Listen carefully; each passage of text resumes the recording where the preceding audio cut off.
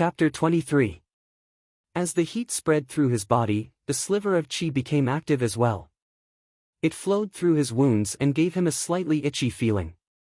Huang Binggu released a few agile hunters as scouts. The group of people hurried into the depths of the mountains around the ox cart. They walked all the way until the sky darkened. They entered a large mountain, and there was no sign of human activity in the surroundings. At the foot of the mountain, Li Qingshan saw the legendary Drawn Reins village. Tall wooden walls surrounded the village, and there were watchtowers in the four corners. It did not seem like a village, but more like a military camp. He approached it and passed on the message. Just now, the gate opened. It was not as casual as it had been in Crouching Ox Village. As the only outsider, Li Qingshan attracted everyone's attention. He did not show it on the surface, but he became nervous inside. This was the legendary dragon's den that could make an army rein in their horses. Although Huang Binggu did not seem to have any ill intentions, he still needed to deal with him carefully, just in case he lost his life carelessly. The thick steel blade had already been taken away. Even if it was still there, it had been damaged to the point where it could no longer be used after the battle. Huang Binggu arranged for him to stay in an empty courtyard. Although he did not send anyone to watch over him, he told him not to wander around. Afterwards, he left in a hurry. In the pavilion at the very center of the village, the most prestigious hunters of the Drawn Reins village were currently discussing around a round table under the illumination of a few lanterns. For the sake of gathering ginseng, the Ginseng King village has had grievances with us for a very long time. People from the village often die mysteriously in the mountains, so it's probably their doing. They even set their sights on the spiritual ginseng this time, so it's a perfect opportunity to give them a stab in the back. The two villages were only a few mountains away from each other. There was no clear boundary between them. The ginseng foragers made a living by gathering ginseng, while the hunters spent most of their time in the mountains, so they could still recognize ginseng. They obviously would not let it go if they came across it. As a result, many disputes arose. The disputes between the villagers would often be settled with knives. Because they were far enough apart, large-scale fights had never happened. Until a while ago, on the Bailao Peak, which was closer to the Drawn Reins village, between the two villages, they once again met on a narrow path. They discovered a legendary spirit ginseng that already had the shape of a human and could even leave the ground and walk. Such a rare treasure caused another massacre. After the massacre, the spiritual ginseng had already disappeared without a trace, but it should still be on Bailao Peak. The men from the two villages did not dare to act blindly without thinking. They searched the mountain on a large scale, but they were also making preparations. Hunting chief, this matter must not be leaked out. It's better to deal with that brat. That brat's skills aren't bad, and his temper is also to my liking. It would be a pity to kill him. I want him to stay in the village and contribute to the village. But he is still an outsider. There's no need to say any more. I will examine him carefully. If he doesn't have the qualifications, I will definitely not be lenient. Huang Binggu said resolutely. Then, he coughed. In the pitch-black hut, Little An crawled out from the locust wood tablet and looked at Li Qingshan with concern. He reached out his hand and touched the scabs on his body. Li Qingshan said, "Don't worry, I'm fine. I'm fine for now." Although he could tell that Huang Binggu appreciated him, the feeling of having his life in someone else's hands was really uncomfortable. And if he wanted to control his fate in his own hands, he could only become stronger. He immediately followed Oxen's instructions and used the ginseng wine to soak the medicinal wine. Just now, he stopped and looked at his results, feeling a wave of joy and gratification. The next morning, Li Qingshan woke up early to practice Ox Demon's Fist of Great Strength. Suddenly, he felt a gust of wind behind him, as if a fierce tiger was pouncing at him. Li Qingshan turned around and punched, but it landed on empty air. Huang Binggu brushed past his arm, his right hand forming a claw and grabbing at his throat. He wants to kill me to silence me. A thought flashed through Li Qingshan's mind. Instead of dodging, he met the attack head-on, as if he was delivering his vitals into someone else's hands. At the same time, he drew his arms together like an old bear hugging a tree, exerting all the strength in his body. He cultivated in strength remarkable abilities, not mortal martial arts. Even though he had not cultivated the strength of an ox, the strength of a single hug was not something that flesh and blood could withstand. Huang Binggu suddenly retracted his claw, shrinking his body and circling behind him. "Not good," Li Qingshan said. Just as he was about to adjust his body, he felt that Huang Binggu had stopped attacking and was only looking at him approvingly. If he had retreated from that claw attack just now, the full power of that attack would have easily torn his throat apart. But instead of retreating, he advanced, restraining the power of that move. At the same time, he used a move that put his life on the line. Not only was he able to adapt to the situation, he was also quite courageous. "I've lost." Li Qingshan touched his neck. There were 5 bloody marks on it. Huang Binggu's skills were quite impressive. Even if he was not injured, he was definitely not his match. "Where did you learn your martial arts?" Huang Binggu asked. Other than being courageous and adaptable, Li Qingshan's martial arts were also very unusual. Even if a normal person's reaction was fast enough, they would not be able to catch their breath. Furthermore, when his 5 fingers had touched Li Qingshan's neck, it felt as if he had pierced the tough hide of an ox instead of a soft vital point. Li Qingshan naturally could not say that he had been taught by an ox, or else he would be treated as an idiot. He could only say that he had met an expert a few years ago. Seeing that he had a simple and honest personality, the expert had taught him a few moves, but had instructed him not to reveal his identity. A few years ago. Huang Binggu was flabbergasted. He was not too surprised that Li Qingshan was not willing to reveal his master. However, he had originally thought that Li Qingshan had practiced martial arts since he was young. If he wanted him to stay in Drawn Rain's village, the most important thing was to ask him about his master. "What's wrong?" Li Qingshan did not understand. "Haven't you been practicing martial arts since you were young? In just a few years, he was able to teach you to such an extent. It is truly inconceivable. It seems like that expert is truly an expert." Li Qingshan sweated in his heart. Luckily, he had casually said it was a few years ago and not a month ago. Otherwise, Huang Binggu would definitely be scared to death. At the same time, he also understood that mystical abilities and mortal martial arts were on 2 completely different levels. He was currently not Huang Binggu's match because he had practiced for less than 2 months, while Huang Binggu had spent 20 to 30 years of hard work. "May I know why the hunting chief has come this time?" "Brat, do you have any intentions of settling down in Drawn Rain's village?"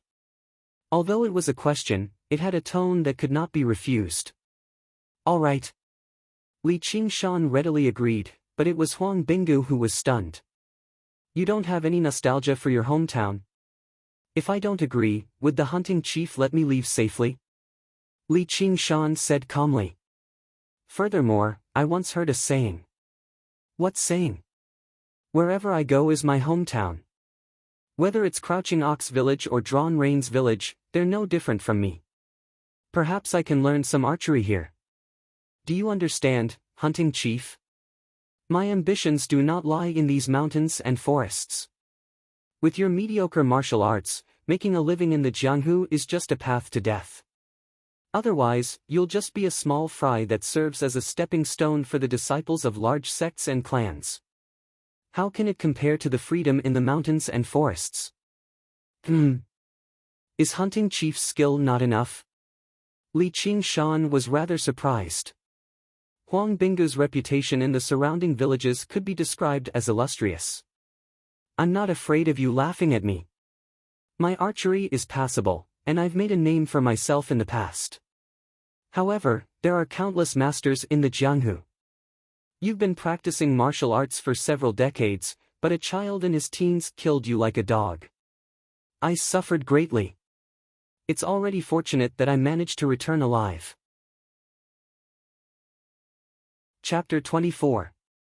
Huang Binggu felt that he had not shocked Li Qingshan enough, so he continued, "Your blade techniques and fist techniques are wide and open, so you should be walking on the path of external martial arts. This type of martial arts can be learned quickly, but if you don't have the assistance of a superior internal martial art, from the outside to the inside, reaching the realm of both internal and external cultivation, it will be difficult for you to become a first-rate master, let alone an innate master. First-rate master? Then what kind of class am I? And what is an innate master? Li Qingshan's string of questions made Huang Binggu somewhat believe in the words of an expert. If he had a proper master, how could he not know these things? Qingshan, your skills are not third-rate. That's why I don't qualify. You were able to defeat those ginseng foragers, so you can already be considered an expert. You are still young, so don't be too discouraged.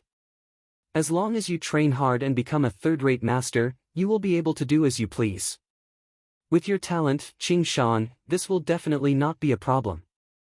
Huang Binggu was afraid that the blow was too severe and would dampen Qingshan's spirit, so he comforted him out of goodwill.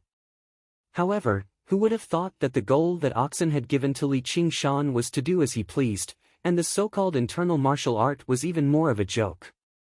An innate master is even more mysterious.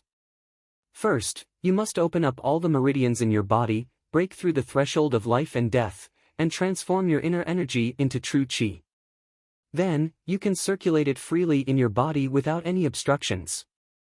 Once your true qi reaches a certain level, you can even release it outside your body to injure others. Wait, it seems like the qi in my body can circulate freely now, but I can't release it outside my body. It must be because the amount is too small. Li Qingshan suddenly understood that from the beginning, he stood on a different starting line than ordinary people. The path he walked on was unimaginable to ordinary martial artists. Hunting chief, I will definitely become an innate master. Huang Binggu praised him, good ambition, but his expression was non-committal. An innate master? When he first heard about these things, didn't he also have this kind of ambition? But how could it be so easy? It was as if he saw himself from back then. If you really become an innate master, I will let you be the hunting chief. This was not a casual promise. In his mind, even if Li Qingshan could become a Xiantian master, it would be decades later. Who would have thought that the person in front of him was already a so-called Xiantian master? Li Qingshan's heart skipped a beat. Hunting chief, you don't seem to be in good health. I was born weak. The doctor said that I wouldn't survive, but my mother didn't believe him and brought me up. I don't believe that I can't be compared to the other children in the village. I've practiced martial arts, but my foundation is still weak. I've been hurt all these years, and I'm afraid I don't have much longer to live. Li Qingshan really admired the man in front of him. Even though he didn't have any great magical powers, his willpower was enough to be his role model. Hunting chief, don't worry. As long as we find the spirit ginseng, we will definitely be able to cure you. And, although it's an ethereal object, it's still a slim chance of survival. Taking advantage of the fact that the Ginseng King Manor has suffered heavy losses, we're going to start searching the mountain today. Do you want to come along? My injuries haven't healed yet, so I'm afraid I won't be able to help you. Of course, Li Qingshan wouldn't agree. The other party was just saying it casually. There was no way he would really believe him. Alright, then we'll spar again when your injuries have healed. I'll arrange for someone to teach you archery. Huang Binggu patted his shoulder. After Huang Binggu left, Li Qingshan immediately asked Oxen about it. Oxen said disdainfully, what first-rate or second-rate? Do ants have to differentiate between strong and weak? If you can get that spirit ginseng, it'll be of great help to your cultivation. Li Qingshan could only stare at it anxiously. I'm very happy that you can learn to hunt and no longer have to rely on me. You can finally rest. From now on, you'd better take care of yourself. As expected, Oxen stuck to its usual plan of not lending a helping hand. Li Qingshan also didn't really plan on relying on it. As for snatching food from the tiger's mouth between two villages, he had even less confidence. He would most likely be throwing his life away for nothing. He could only sigh a few times and give up on this idea. He chewed on another ginseng and meditated until late at night. Just now, he was going to sleep. A wisp of green smoke rose from the locust wood tablet and transformed into a handsome child. He glanced at Li Qingshan and, as if he'd made up his mind, flew into the mountain with the night wind. His bloodless lips opened and closed. If someone who was proficient in lip reading saw it, they would know that the word he was muttering was spirit ginseng. Oxen opened its eyes and glanced at him, then closed them again and went back to sleep. Little End flew out of Drawn Rain's village and into the undulating mountain range. He freely passed through the dense forest, but he still had to avoid the fierce mountain wind from time to time. He saw a bit of fire in the distance. When he flew closer, he saw that it was the hunters of Drawn Rain's village resting by a bonfire with their weapons. Huang Binggu was discussing tactics with a few hunters in a low voice. Little End circled around a few times and listened for a while. Then, he rode the wind and flew up Bailao Peak. He carefully examined every stream and every rock. Of course, he would occasionally be attracted by small animals passing by and forget his original goal. However, he would always quickly regain his senses and continue his search. There was only one thought in his mind: I must find the spirit ginseng. Only then can I help him. At the fourth watch, the ginseng foragers launched a night attack, but they were repelled by the prepared Huang Binggu. However, neither side found the spirit ginseng. Little End was the same. He returned to the village before the sun rose. His face was full of exhaustion and he was almost tired of it. It was not easy for a child's mind to last. Furthermore, this job was too lonely for him. He had already tasted the feeling of loneliness. However, when he looked at Li Qingshan's face that was still fast asleep, a new motivation suddenly surged in his heart. He clenched his fists and dove into the locust tree wooden tablet to sleep. Early in the morning, an old hunter with a stern expression woke Li Qingshan up. "Chief Hunter, let me teach you archery." Li Qingshan noticed that the old hunter's left leg was slightly lame. However, in order not to be rude, he only glanced at it. He did not expect the old hunter to have already noticed it. He calmly said, "You were bitten by a wolf. Follow me." A group of teenagers were already waiting in an empty space on the west side of the village. The older ones were about the same age as Li Qingshan, while the younger ones still had snot dripping from their noses. However, all of them carried a hunting bow on their backs. Their gazes towards Li Qingshan were filled with wariness and hostility. "Grandpa Zong, is he coming with us as well?" Grandpa Zong nodded slightly and did not explain further. He directly said, "Draw the bow." The group of teenagers immediately stopped talking. They drew their hunting bows and aimed at the target in the distance. Grandpa Zong corrected their postures one by one and explained the essentials of archery, leaving Li Qingshan to the side. Li Qingshan did not feel bored and listened attentively to the side.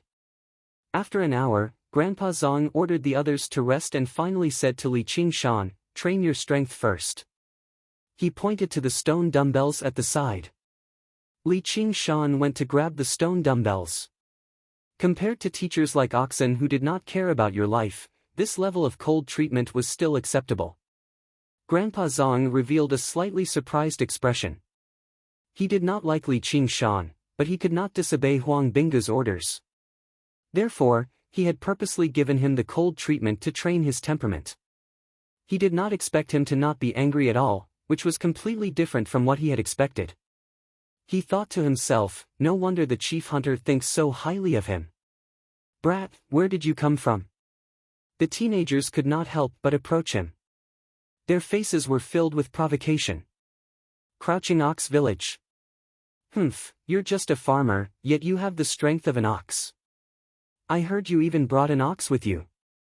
"We don't need oxen here, so let's kill it and eat its meat." Li Qingshan could not stoop to their level and shout about killing him, but he would not allow them to insult him as they pleased either. His arms suddenly exerted force and he threw the 2 stone dumbbells that weighed several dozen kilograms high into the air. Holy shit! The teenagers scattered in all directions in fear. If the stone dumbbells that weighed several dozen kilograms fell down, they would definitely have their brains smashed to pieces. The stone dumbbells fell heavily. Li Qingshan did not dodge at all. Instead, he focused all of his attention and grasped the timing. He grabbed the stone dumbbells and twisted his body to nullify the force of the impact. He looked at them with a smile. The group of youngsters were dumbstruck, and they made a series of swallowing sounds. How much strength was needed to lift those 2 stone dumbbells? Most of them could do it, but throwing them so high up in the air was impossible, let alone catching them again. Chapter 25. Grandpa Zong was finally shocked, born with great strength. He then shook his head. I forgot, you practice external hard martial arts, so it's not surprising that you have a bit more strength. Archery isn't just about having great strength, take this. Grandpa Zong took the hunting bow from his back and tossed it to Li Qingshan. This is Grandpa Zhang's bullhorn bow, it weighs 1 stone. This is Grandpa Zhang's intention to make things difficult for that kid. Drawing a bow and throwing a stone lock are 2 different things. 1 stone was 120 kilograms. Normal hunting bows did not pursue power, but precision and dexterity. It was rare to find such a hard bow. If the bow was too hard, its power would increase, but if the person using the bow could not control it, the accuracy and shooting speed would be very poor. If they encountered a wild beast in the mountains, they would not be able to shoot the second arrow in time and the beast would pounce on them. Only death would await them. However, hunters who could use this kind of hard bow were all godly archers. Killing tigers and leopards in the mountains was not a problem. Li Qingshan weighed the hunting bow in his hand. It was a fine oak bow, wrapped in animal skin and wrapped in silk. The bowstring was made of ox tendon. It was light in the hand, but it was very powerful. He followed the method that Grandpa Zong had taught him just now. He lowered his waist into a horse stance and pulled the bowstring. The muscles in his body also relaxed. Grandpa Zong was surprised to find that his posture was very accurate. He remembered that he just now was watching from the side, so he gave him some pointers. Li Qingshan understood everything. In just a moment, it felt like he had put in 3 months of hard work. When learning to draw a bow, it was not easy to use a bow that was too hard. One had to start with a soft bow and shoot many arrows to practice. Only by slowly correcting the posture would one be able to increase the strength of the bow. Grandpa Zong directly gave his bullhorn bow to Li Qingshan with the intention of beating him up. Even if you had great strength and could pull it open, it was nothing if you couldn't shoot properly. However, Li Qingshan's performance was beyond his expectations. It wasn't that Li Qingshan's comprehension was far superior to others. What the ox demon's fist of great strength taught him was the most basic method of channeling qi and exerting force. As long as he grasped the key points, he would be able to master them very quickly. Sweat seeped out from Li Qingshan's forehead. Maintaining the posture of drawing the bow was indeed more exhausting than lifting the stone dumbbell. His bones and muscles were aching all over his body. This is a good way to train my strength. Although it is very tiring to train my fists are always in the air. In the future, I will need to buy a strong bow to train my strength. It will definitely be very beneficial. Alright, aim at the target and shoot an arrow for me to see. Grandpa Zong instructed. Li Qingshan put down his bow and rested for a while. Then, he picked up an arrow and drew the bow again, aiming at a target 50 paces away. Calm down, don't be in a rush to shoot, look at the target. Grandpa Zong instructed from the side. Li Qingshan's eyes stared straight at the bull's eye. Suddenly, his eyes lit up, but because it was daytime, no one noticed. Under his full attention, the target seemed to have grown bigger, no longer so unreachable. Legend has it that in ancient times, when archers practiced their archery, they would tie lice to a string and watch it day and night. They would see the lice slowly grow bigger. At first, it was as big as a car wheel, then as big as a mountain. It would fill their eyes, and when the arrow was shot, it would pierce through the lice's body. Li Qingshan had this feeling at this moment. He knew that this was most likely the effect of oxen's tears. It allowed one to see fast as slow, see far as near, and see through in spirits. Hit! Li Qingshan suddenly had an idea. The arrow left the bow and flew towards the target. Thud! The arrow landed deeply on the wooden target, but it did not hit the bull's eye. Instead, it landed on the edge of the target, barely avoiding missing its target. Li Qingshan felt slightly embarrassed. Even though it didn't hit the bull's eye, it's still a hit. The people around him were shocked, speechless. This was the first time he shot an arrow in his life. He shot a strong bow and hit a target that was 50 steps away. Even in this village that relied on archery for a living for generations, they had never heard of someone like this. Just where did this guy come from? Grandpa Zong forced himself to remain calm. Just practice properly in the future. As an old hunter, he knew very well that this was Li Qingshan's first time shooting an arrow. He could not estimate the direction of the arrow's fall and the effects of the mountain wind. But I still feel that this bow is not strong enough. As the saying goes, draw the bow with force. Li Qingshan wanted to pursue a strong bow that could only be drawn with all his strength. Grandpa Zong did not say anything after hearing this. He took the bow from Li Qingshan's hands and shot at the target in the distance. His cloudy eyes suddenly became as sharp as an eagle's. He waved his right hand several times. Out of everyone present, only Li Qingshan could see it clearly. He fished out 3 arrows one after another. Thud! The 3 arrows formed a line and landed on the bull's eye. However, there was only one sound. There was a moment of silence before a series of cheers erupted. Rapid arrow! How could Li Qingshan not know the name of this archery skill? He had read about it in a book in his previous life, but he had treated it as an interesting thing. However, after seeing it with his own eyes, he knew that this was a true killing technique. He estimated that unless he fought in close combat, it would be difficult for him to escape this kind of archery skill. If Grandpa Zong were to ambush him, he would definitely die. Grandpa Zong looked at Li Qingshan without saying anything. Li Qingshan already understood what he meant.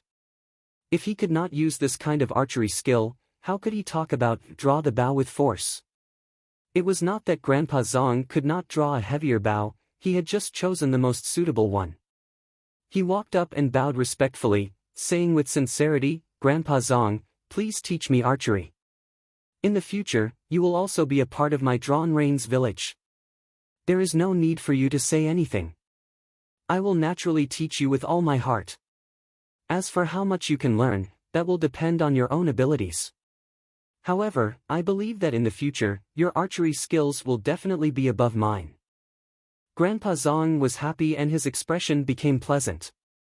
He did not like Li Qingshan at first, but when Li Qingshan displayed his talent and ability, shocking him and making him lower his stance, his mood took a turn. Not only did he immediately acknowledge Li Qingshan's identity, he even began to praise him greatly. This evaluation shocked everyone.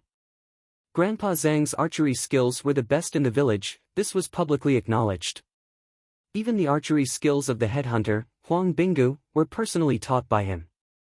For him to give someone such an evaluation, the entire village would probably be shocked. The group of youngsters who had originally been hostile towards Li Qingshan also surrounded him, talking all at once, faintly revealing their desire to get close to him. This was not because they were fawning over those in power, but because at their age, they had always respected the strong the most. Perhaps there were still some who were jealous and repelled him, but no one dared to look down on him or provoke him. The atmosphere in the area actually became harmonious. Li Qingshan understood more and more that if he wanted others to acknowledge him, he did not need to rely on flowery words, but rather, he needed to display sufficient ability. If he did not have this ability and wanted to rely on social skills to achieve this effect, not only would he need a very long time, he would also need to bend his back and bend his eyebrows, twisting his heart.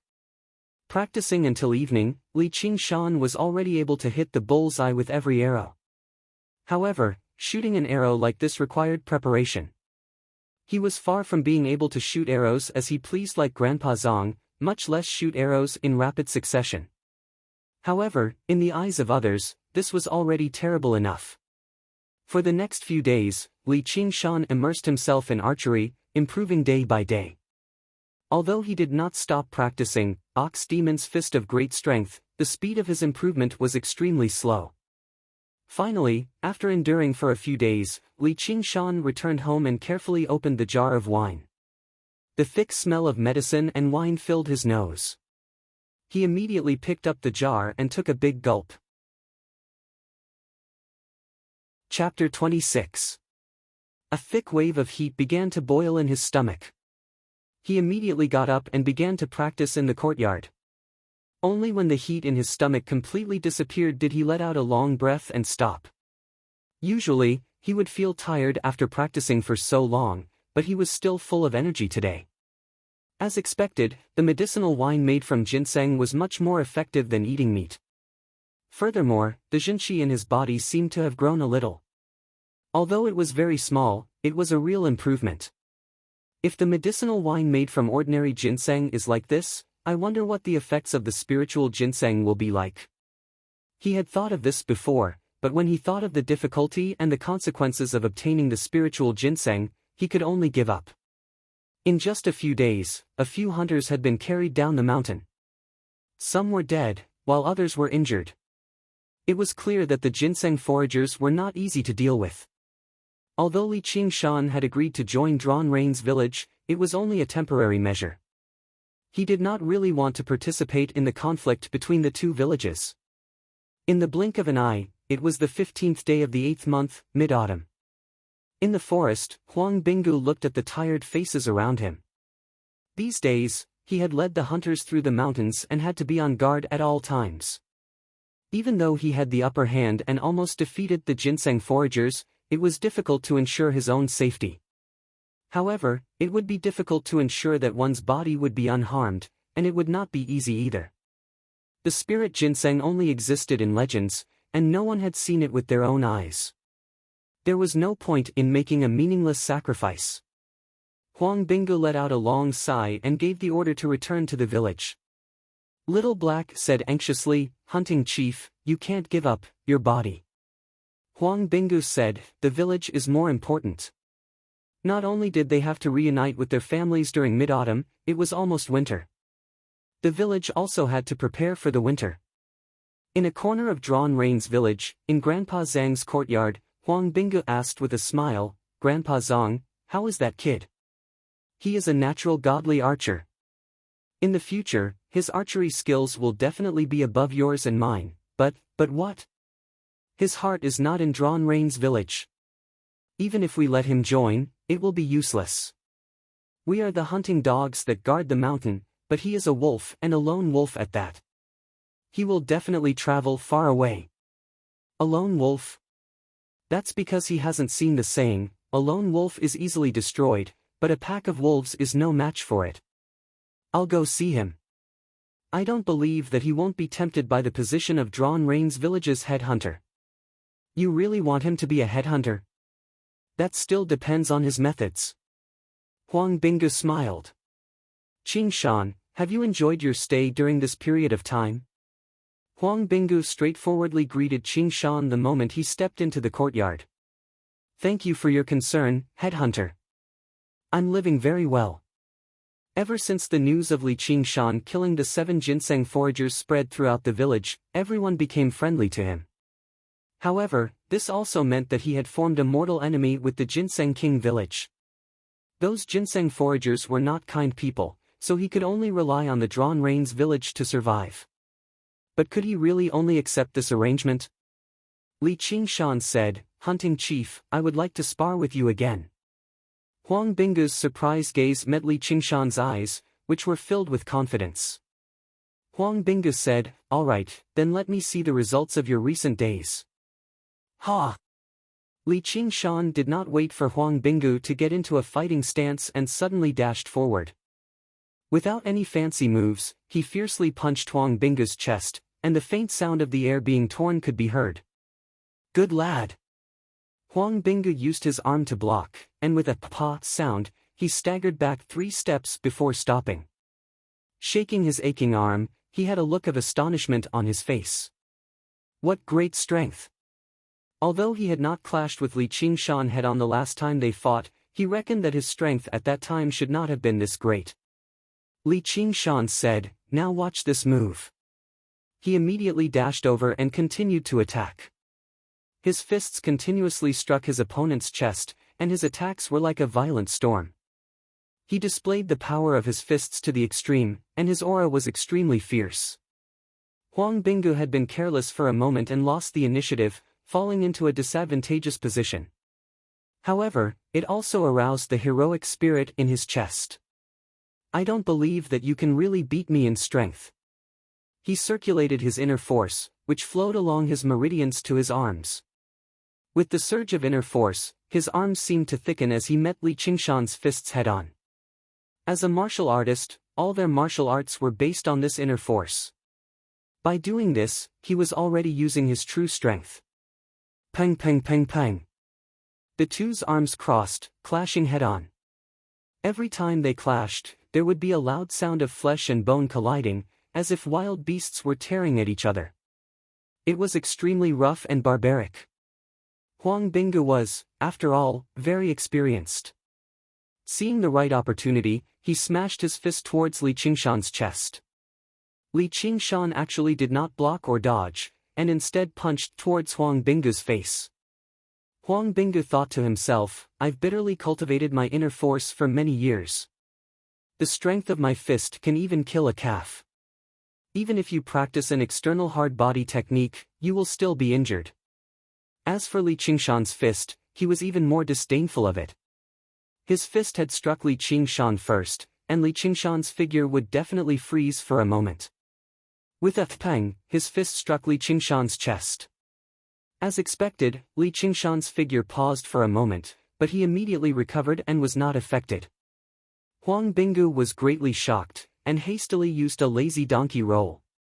The wind from the fist brushed past his cheek, causing him to feel a dull pain. Li Qingshan chuckled and stood still, no longer giving chase. Huang Binggu stood up. "You're actually fine." He was the clearest about the power of his fist. Even if Li Qingshan had used external force to block the strength of his fist, he would not have been able to block the true qi contained in his fist. However, it had not been of any use. Li Qingshan rubbed his chest. "It really hurts." Just now, there seemed to be a wave of qi that had passed through his skin and entered his body. However, it was immediately dispelled by the true qi in his body, and did not cause any damage at all. After that, he immediately regained his breath and almost hit Huang Binggu. Using Huang Binggu's words to explain it, this was the difference in quality between acquired inner force and innate true qi. Huang Binggu did not know whether to laugh or cry. His fist that was filled with confidence only received such an evaluation. However, all martial artists had a competitive heart. He shouted, "Then eat a few more of my punches." The two of them fought again. This time, Huang Binggu did not hold back and used all of his strength. His figure became much faster, and Li Qingshan could not block it. His fists rained down on Li Qingshan's body. From an outsider's point of view, Huang Binggu was suppressing Li Qingshan and had the upper hand. However, the two of them had different feelings. Li Qingshan only felt that Huang Binggu's movements seemed to have slowed down and become less unpredictable. Even when his fists landed on Huang Binggu's body, it only caused him a slight pain. Thus, he simply ignored him and focused on attacking. He was like a reef in a storm, not moving at all. Meanwhile, the more Huang Binggu fought, the more shocked he became. Li Qingshan's speed, reaction, and strength were all much stronger than the last time they fought. It was as if he had become a completely different person. He could no longer easily attack Li Qingshan's vital points, but it was completely useless to attack other areas. Furthermore, during the battle, Li Qingshan's attacks became more and more methodical. From time to time, he would use one or two extremely exquisite fist techniques, causing Huang Binggu to fall into a dangerous situation.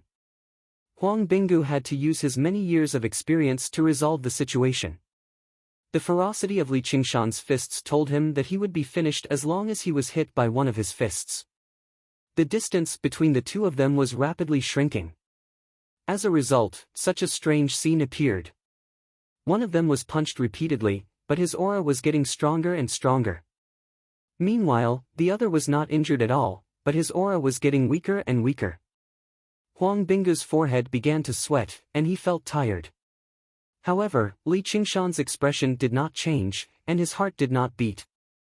Oxen were originally animals with great endurance. The higher one cultivated, the more obvious the gap between magical powers and martial arts became. Chapter 27. Li Qingshan let out a long sigh. How satisfying! Huang Binggu's arms were trembling. That was the result of colliding with Li Qingshan's hand.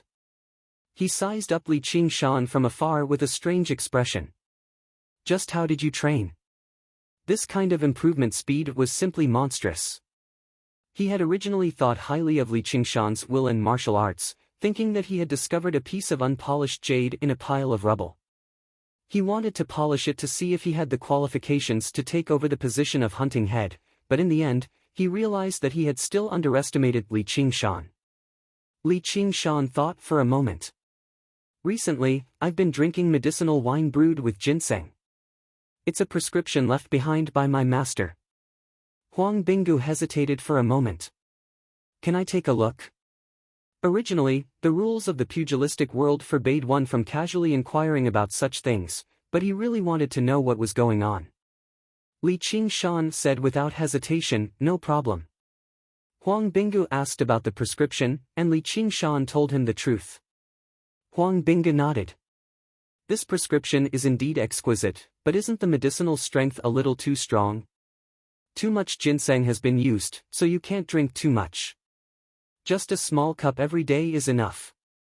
Other than that, it was not much different from ordinary medicinal wine. He even specially went to Li Qingshan's room and tasted it.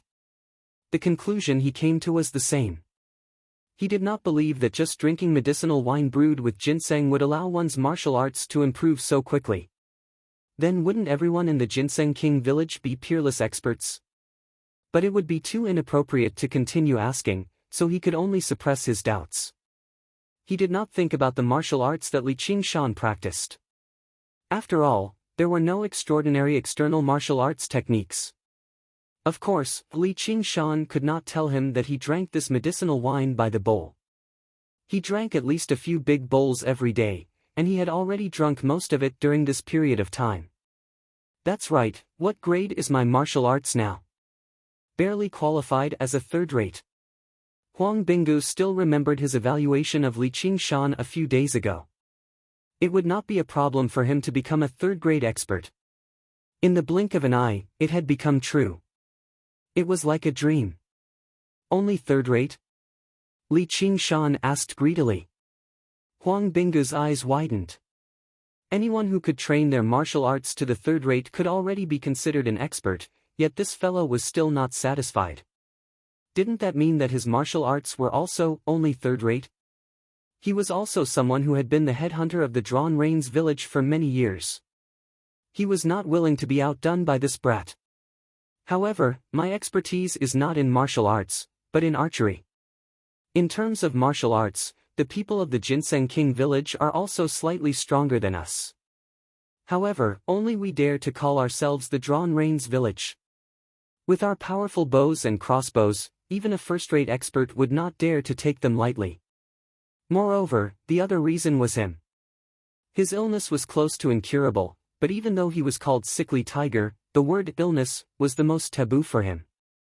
No matter what, he would not use this as a reason.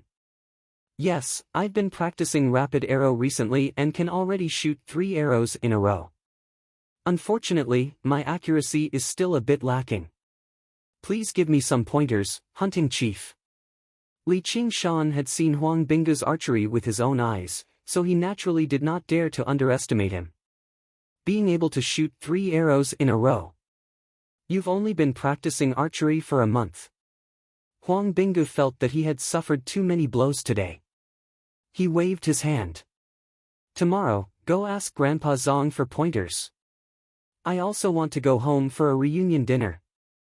He understood in his heart that this brat might really have the aptitude to roam the martial world. There was no need to mention the matter of being a headhunter. If he had this kind of speed of improvement back then, he would definitely not have returned to the Drawn Rains village. That's right, it's the Mid-Autumn Festival again.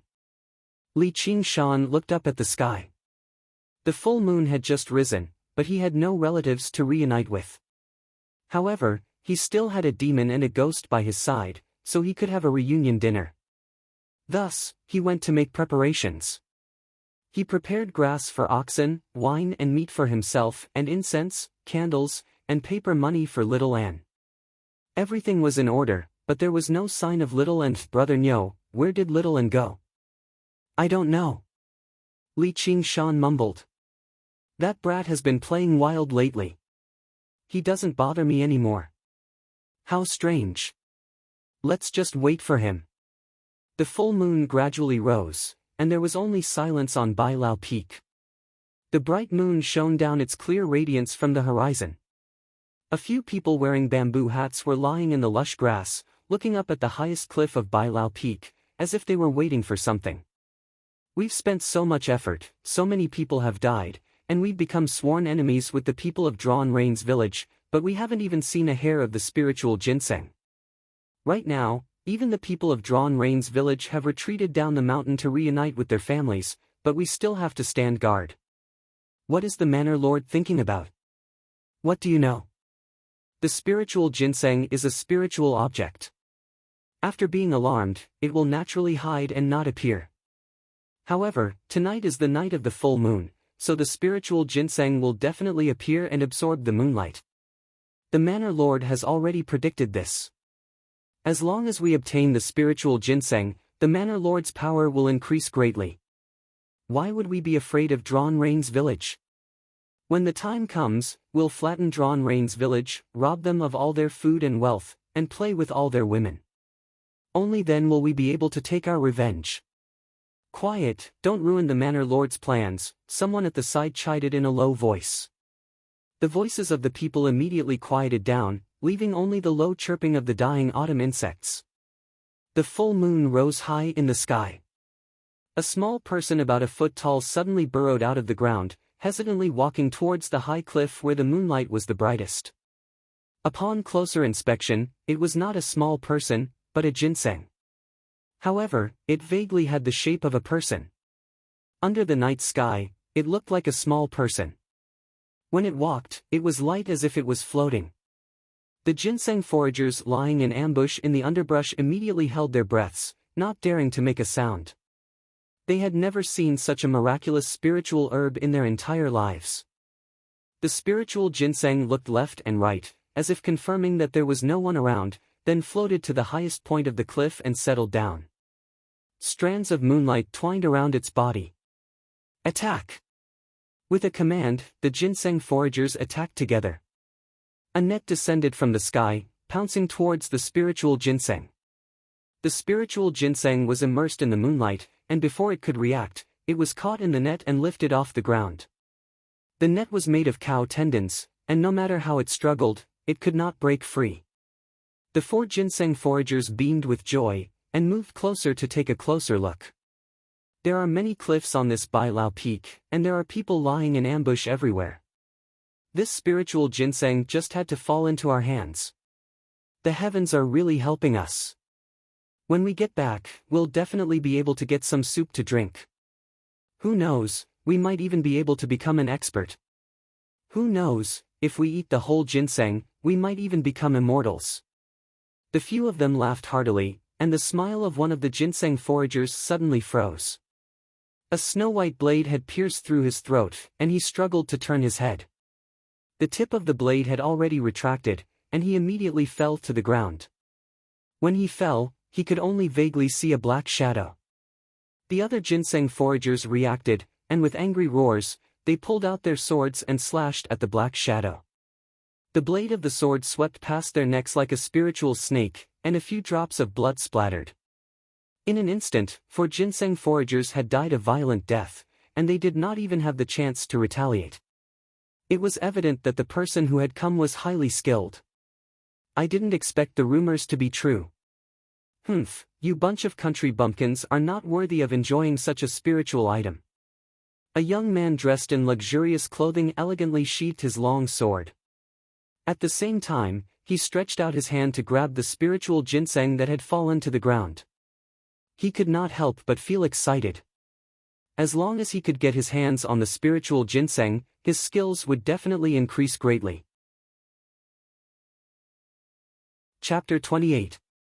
The man was startled when he saw the spiritual ginseng bobbing up and down in the air. He became anxious and used his qinggong to grab the spiritual ginseng, but it flew straight down the cliff. He could only watch it disappear into the darkness, feeling so depressed that he wanted to vomit blood. No, I must get this spiritual ginseng. When I go back, I will ask Father to send more people to search the mountain. The man thought that it was the spirit ginseng's own miraculous ability, but if he had opened his spirit eyes, he would have seen the spirit ginseng being tightly grasped by a pair of pale little hands. He was the mantis stalking the cicada, but he did not guard against the oriole behind. A ghost that he could not see had been hiding in the darkness. Under the cliff, Little N used all his strength to grab the spiritual ginseng and floated towards Drawn Rain's village with the night wind. He was so happy that he was about to explode. Fortunately, he had been nourishing his spiritual body in the locust wood tablet, so he had the strength to grab such a heavy thing. In the courtyard, Li Qingshan yawned. Suddenly, his eyes lit up as he saw Little N float over from afar. "Little brat, where did you run off to?" Little N bit his lips and suppressed the joy in his heart as he held the spiritual ginseng in front of him. "Ah, what is this? Ginseng?" Li Qingshan took the spiritual ginseng and sniffed it lightly. A strange fragrance entered his nose and he immediately felt his spirit rise. The true qi in his body seemed to be much more active. Li Qingshan suddenly thought of something. This is spiritual ginseng. He couldn't believe that the spiritual herb that caused the two villages to fight and kill each other and cost dozens of lives was now in his hands. Oxen chewed on the grass lazily. "Why else do you think this little brat runs out every night?" Li Qingshan saw that Little N's face was full of exhaustion, but he was extremely happy. He even used his little finger to point at his mouth as if he wanted him to eat it. These days, Little N went out every dusk and only returned near dawn. He didn't talk much with him. He thought that Little N yearned for freedom and wanted to let him go. Only now did he know that it was all for him. "You brat!" Li Qingshan felt a lump in his throat. "Why didn't you say so earlier?" Little N smiled shyly and pointed at his mouth. Even if Li Qingshan had a heart of stone, he couldn't help but be moved by those pure and innocent eyes. He asked Oxen, "This spiritual ginseng, Little N can also use it, right?" Oxen said, "This spirit ginseng is a rare innate item. The spiritual energy contained in it is beneficial even to evil ghosts. However, if you use it, you can easily achieve the strength of an ox. Are you willing to use it?" Li Qingshan said, "What's there to be reluctant about? The spiritual ginseng was obtained by Little N in the first place. Just let Little N consume it. I'll just slowly cultivate the divine ability." His principle of doing things would not change because of the temptation of the spiritual ginseng. Little N immediately retreated and waved his hand. "All right, I will remember your kindness." Little N just shook his head. In the end, he simply turned into a wisp of green smoke and burrowed into the locust wood tablet. "Hey, come out quickly. If you don't want it, I'll throw it away." Oxen suddenly shouted, "Since he has the heart, why are you so stubborn and like a little girl? Can't you find something hundreds or thousands of times better than this spiritual ginseng for him in the future?" Li Qingshan shuddered inside. He nodded. "Brother Ox is right. I've been too stubborn. All right, come on out. I'll be ingesting the spiritual ginseng." Shaoan immediately flew out. "But this thing should belong to you. I can't take it alone. If you refuse again, I'll be angry." Little and just now agreed. Li Qingshan shook the spiritual ginseng in his hand and said, "Brother Nyo, how do I use this thing?" Little N's body of evil ghost could not eat anything. Oxen said, "Go find a needle and take out a drop of ginseng liquid." Li Qingshan found a steel needle and pierced it into the spiritual ginseng. The spiritual ginseng trembled in his hand, but he was not soft-hearted to a plant. A drop of ginseng liquid seeped into the spiritual ginseng and hung on the tip of the needle. Oxen said, "Well, drip it into his beer." "Beer?" "Little N, look up." Shaoan hurriedly raised his head. The ginseng liquid dripped down from the tip of the needle and landed in between Shaoan's eyebrows. His body trembled like water ripples. The ginseng liquid in his body suddenly emitted a resplendent light. Little N closed his eyes tightly. The expression on his face alternated between pain and joy until the light disappeared. Just now, he calmed down and slowly opened his eyes. There was something else in his eyes. 2 lines of tears fell down. "What's wrong?" Oxen said, "You must have remembered something." "Is that so?" "Little N, do you remember who you are and where your home is?" Li Qingshan knelt down and looked into his eyes. Little N hesitated for a long time and pointed in a direction. "South." Li Qingshan asked, "Is your home in the south? Which city is it? How far is it from here?" But these questions, Little N could not answer. He could only shake his head blankly. Li Qingshan suddenly pulled out his hunting knife and started carving on the locust wood plate. Sawdust flew everywhere. The word "south" appeared on the originally blank side of the plate. He raised it in front of Little N. Under the moonlight, the young man knelt on one knee and promised the child seriously, "No matter how many mountains and rivers there are, sooner or later, I will send you home." The child looked at his figure in a daze. He would never forget it. Just like the spot between his eyebrows where the ginseng liquid dripped, there was a red mole. Li Qingshan hung the wooden plate back on his waist and asked Little N if he felt any changes. He did not know if the spiritual ginseng was useful. Little N leaped into the air and flew around the courtyard like a whirlwind. He carried the hunting knife in Li Qingshan's hand and danced around the courtyard. If it was a normal person, they would only see a knife dancing on its own as if it had a spirit. Not only did Little N's speed become faster, but he could also control heavier objects and become more powerful. If it was a sneak attack, even a martial arts master would not be able to escape death. "Brother Nyo, do I have to use it like this? That would be too wasteful. The best way to use this ginseng is to combine it with other spiritual herbs and refine it into a pill. But you don't have this condition. You can handle this spiritual ginseng like other ginseng and soak it in wine. This way, the spiritual ginseng will not wither and the spiritual energy on it will seep into the wine, turning it into spiritual wine. You can also slowly absorb the medicinal energy inside. Oh right, don't mix it with other medicinal herbs. This is a good idea." Li Qingshan knew that he could not digest the spiritual ginseng in one go. Otherwise, it would not be a great improvement in his skills, but an explosion. "It's just that I don't feel at ease if I don't carry this treasure with me." Before he finished speaking, a wine gourd flew towards Li Qingshan. Li Qingshan grabbed it and said, "Thank you, Brother Nyo." He put the spiritual ginseng into the gourd and filled it with strong wine before hanging it on his waist. He crossed his arms and his body was strong. The huge wine gourd hung on his body. Although he was still young, he was full of a bold and unruly aura. "Little N, don't you think I'm becoming more and more like a person of the pugilistic world?" Little N also laughed, but his expression changed to one of worry. However, he could not speak, so he was a little anxious. Suddenly, he had an idea and squatted on the ground. Chapter 29. Li Qingshan hurriedly asked, "You can read. Did you remember it just now?" Little N nodded and showed Li Qingshan the words he had written.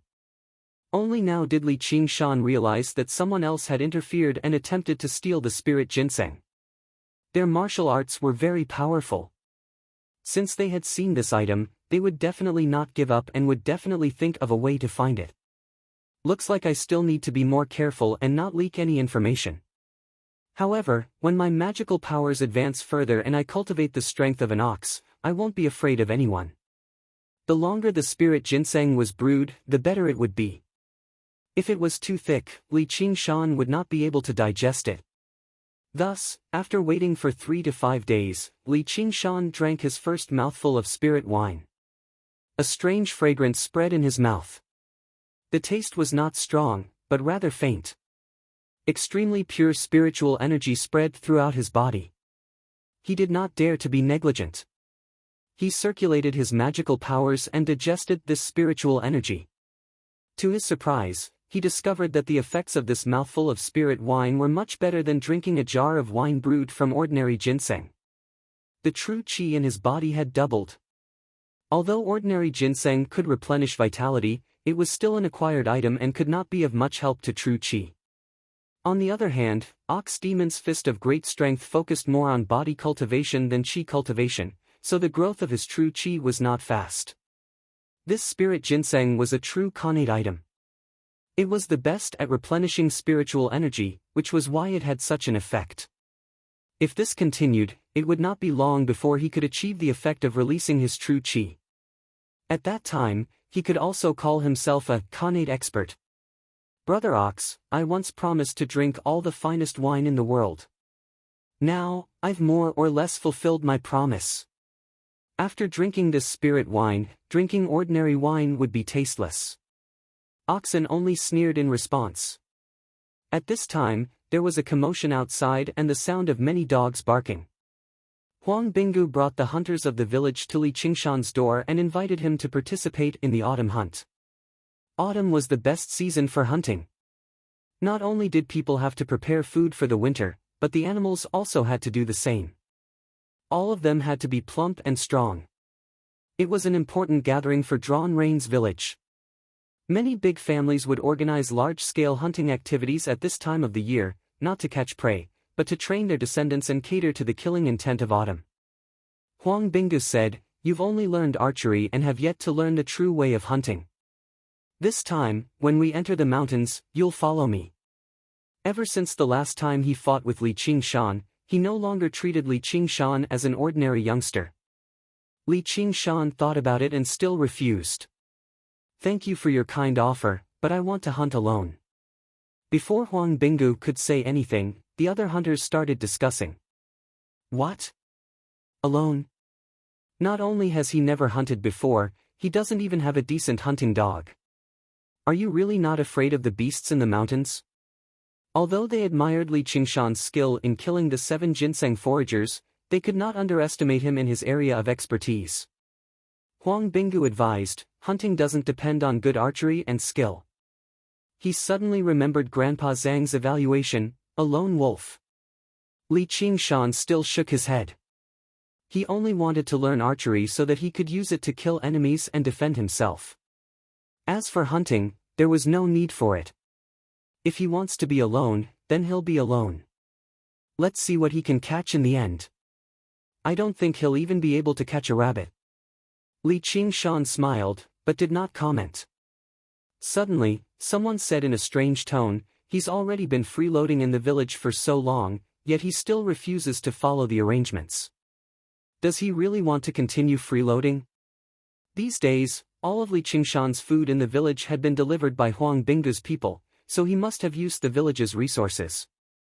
His appetite was also very small, so it was only natural that he would attract some dissatisfaction. Huang Binggu immediately berated that person. "Qingshan is also a member of our village. How can you be so calculative about some food?" Li Qingshan's expression turned serious as he cupped his fists and said, "Hunting chief, you don't have to feel bad. I, Li Qingshan, am someone who clearly distinguishes between kindness and hatred. I will never take advantage of others.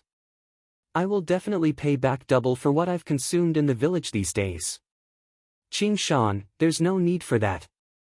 Huang Binggu was furious at the person who said this.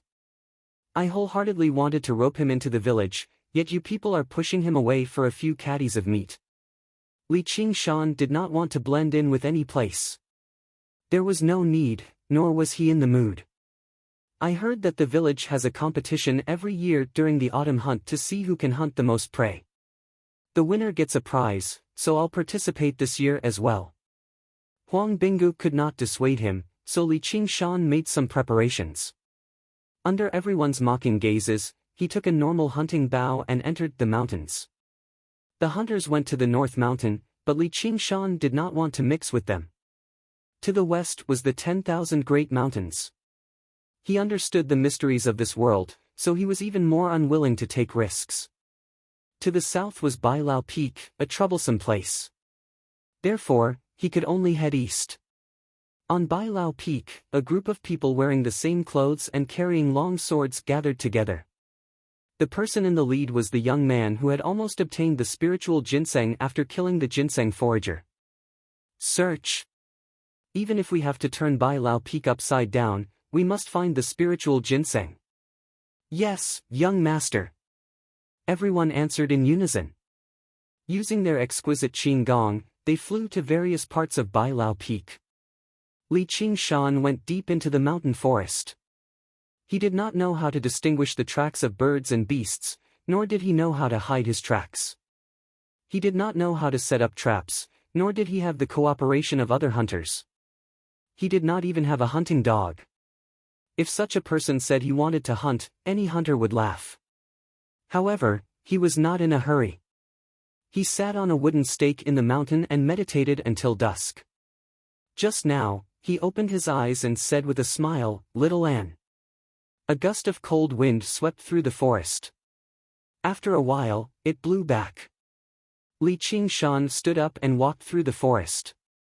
Not long after, he found a deer that had fallen to the ground. There was not a single wound on its body.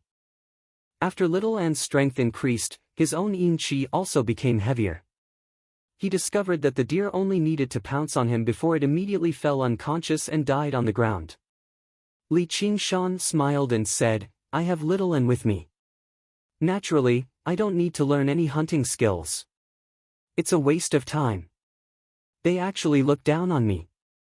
Let's catch a few more prey and show them."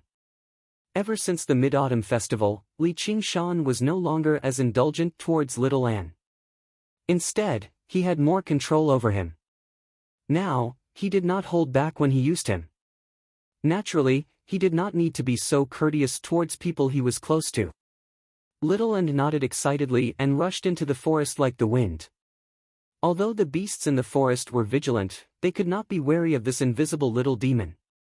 They all fell to the ground, waiting for Li Qingshan to pick them up. Li Qingshan was idle and bored, so he began to practice his archery. He shot the startled birds in the forest. Shooting moving things was indeed much more difficult. Out of every 3 arrows, 2 would miss. However, as he gradually got used to it, the number of missed shots decreased. At dawn, in the Drawn Rains village, a few hunters brought the hunters down the mountain. The large group of people and horses were still in the mountains to hunt together. In an open space in the middle of the village, the highly respected Grandpa Zong was in charge of counting the prey. A smile appeared on his stern face. "The harvest is not bad. It's a good sign." Then, the women and children who stayed behind in the village handled the prey, tanned the leather, and marinated the meat. "That Li Qingshan hasn't returned yet." There were already people who could not wait to see Li Qingshan make a fool of himself. He went into the mountains to hunt alone. How could he return so quickly? Before the voice had died away, someone shouted, "Li Qingshan is back." What is that?" The few people looked in the direction of the voice. The first thing they saw was not a person, but a bunch of furry monsters, like the legendary savages. Li Qingshan bent over, carrying deer, elk, and so on. There were quite a few large prey that weighed several hundred kilograms. His waist was covered in pheasants and hares. Along the way down the mountain, even he was covered in sweat. He said with difficulty, "Oi, Shaoan, isn't this a little too much? It's heavy." Chapter 30. With a boom, Li Qingshan placed all of the prey before Grandpa Zong. "This should be enough to make up for my rations in the village during this period of time." There was a series of gulps in the surroundings. In particular, the hunters who had just left the mountain were completely dumbfounded. Their entire group had worked together and prepared meticulously, yet the prey they had hunted was actually less than Li Qingshan alone. Grandpa Zong discovered that many of the prey did not have any wounds at all. How did you hunt? This was the question that everyone present wanted to ask. Li Qingshan thought about it and replied, I caught them with my hands. Everyone collapsed in laughter, but they could not even bring themselves to question him. Li Qingshan glanced at the prey the hunters had brought down the mountain. You've hunted so much already. You're almost catching up to me. No, I need to work harder as well, or I won't be able to win. Grandpa Zong was unable to explain to him that the prey had to be split among the hunters. On average, each hunter would not even get a single prey. On the first day of hunting, Li Qingshan had basically already won. Li Qingshan ate a mouthful of food before going back up the mountain. The hunters returned to the northern mountain in a daze and told him about what had happened in the village. How's that possible? You must have been drinking in the village. It's true. There really was this much prey. They explained in a hurry. That kid. Huang Binggu exhaled deeply and called out, let's all work harder. Don't fall behind him. If all of us together aren't as good as him alone, then we can all go slit our throats. The hunters answered loudly, and their morale skyrocketed. Huang Binggu silently suppressed his coughing fit. He looked at his palm and saw a patch of dark red blood. On the mountain path, a group of people traveled slowly. In the center was a small sedan chair, carried by 4 porters and surrounded by over a dozen servants. A chubby hand lifted the curtain of the sedan chair, revealing a chubby face. He asked, Advisor, how far are we from Qingyang City? It was clearly late autumn, but he was still covered in sweat as he sat in the sedan chair. A butler said, Sir, it's still far away. It'll be good enough if we can get there tonight. The fat official put down the curtain of the sedan chair and muttered, I have great knowledge of managing the affairs of the world, but you actually want me to go to such a remote place to be a county magistrate. The magistrate is really confused. Milord, you shouldn't speak carelessly. It wouldn't be good if the prefectural magistrate heard about it. The fat lord snorted twice and said no more. At this moment, the mountain winds suddenly blew, startling countless forest birds. A whoa! A roar came from the dense forest beside the mountain path. The sedan chair fell to the ground with a thud, and the fat official's eyes and mouth became crooked. What's going on? Is someone trying to murder me? See? Sir, it's old. Tiger. The advisor fell to the ground and pointed forward with a trembling finger. A brightly colored ferocious tiger leaped down from the slope and landed on the mountain path. It stared at the palanquin covetously. The word, king, on its forehead looked very majestic. Who, tiger, what, it's a tiger. Quick, someone come and take down this beast for me. The advisor was about to cry. They've all run away. The fat official lifted the curtain of the sedan chair to take a look. As expected, all the bearers, servants, and servants in the surroundings had all run away. When they heard the tiger's roar, they reacted. The working people at the bottom were still very vigilant. The ancients said, the mention of a tiger makes one pale. In this era, there wasn't a single commoner who wasn't afraid of tigers. Ferocious tigers eating humans was also a very common thing. Advisor, you're really loyal. You didn't let down my great kindness. The fat official was moved. The advisor instinctively said, Thank you for your praise, sir. Even if this lowly one's body is torn to pieces, it's hard for me to repay you. He cursed in his heart, fuck I can't walk. Hold on, I'll go get reinforcements. The fat official nimbly crawled out of the sedan chair and wanted to escape. The advisor hugged the fat official's leg. Sir, don't leave this lowly one behind. Seeing this lump of fat, the ferocious tiger's eyes seemed to light up. Just as it was about to pounce, its ears suddenly twitched, and it shrank its body to face the forest. The vegetation in the forest swayed and rustled. It was getting closer and closer, and its momentum was even greater than the ferocious tiger's appearance just now. What is this? The advisor mumbled. A figure leaped out of the forest. It was a youth. His young face couldn't be considered handsome, but it was full of vigor. He landed on the mountain path nimbly. His face was that of a ferocious tiger, and he bared his teeth with a smile. What a rare and good prey! The ferocious tiger seemed to know that the person coming was not easy to deal with. It bared its fangs and brandished its claws to threaten him, but it was useless. Its body shook, and it pounced forward with a roar.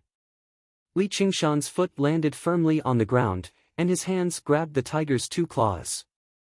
The tiger's mouth, which was full of fangs, was right in front of him, and a fishy smell hit his face. He shouted in a deep voice, and his vital energy surged. He exerted force in his arms and flipped the ferocious tiger, which weighed several hundred kilograms, onto the ground.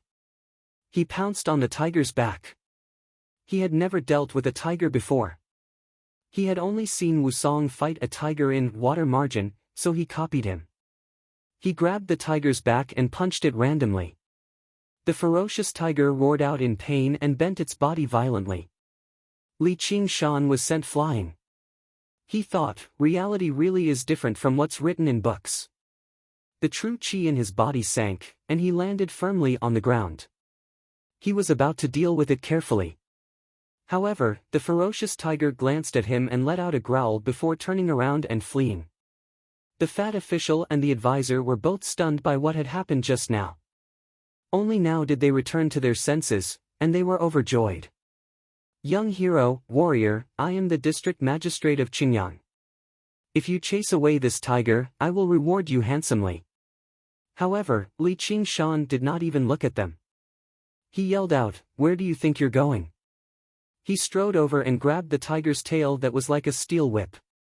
However, the tail was slippery, so it was difficult to grab. How could Li Qingshan let go of such a great prey before him? He chased after the tiger. The fat official and the advisor only returned to their senses after quite a while. They looked at one another. The autumn hunt ended, and the Drawn Reins village was filled with a joyous atmosphere. Li Qingshan returned to the village as well. He was covered in many wounds, such that he seemed to be in a rather sorry shape. However, when everyone saw him, they all revealed expressions of respect. It was not because of his wounds, but because of the prey on his shoulder. He was carrying an adult tiger on his shoulder. He had only chased after the tiger for a day and a night in the forest. He had only managed to make it through the endurance granted to him by the ox demon's fist of great strength. If it were not for Little and helping to track him at night, he would have almost lost him several times. However, even Little End was unable to approach the king of the mountains. Ferocious tigers possessed an innate dignity that could subdue ghosts. As a matter of fact, tiger demons that had developed into demons could even turn the people they ate into demons. The children in the village ran around Li Qingshan. Their eyes were filled with admiration. Huang Binggu personally went out to receive him before declaring him first. No one in the village dared to defy him. Not only were tigers extremely terrifying wild beasts to regular people, but to hunters as well. Regular hunting bows could not kill tigers at all. Instead, it would incite the tiger's ferocity. Using a hunting knife to fight a tiger in close combat would only lead to death. Li Qingshan had killed the tiger, so he seemed to possess the might of a tiger. I don't have anything valuable on me. I'll use this stone splitter bow as a reward for the autumn hunt. Huang Binggu suddenly removed the large bow from his back. Chapter 31. Hunting Chief, you mustn't do that. The other hunters tried to dissuade him in a hurry.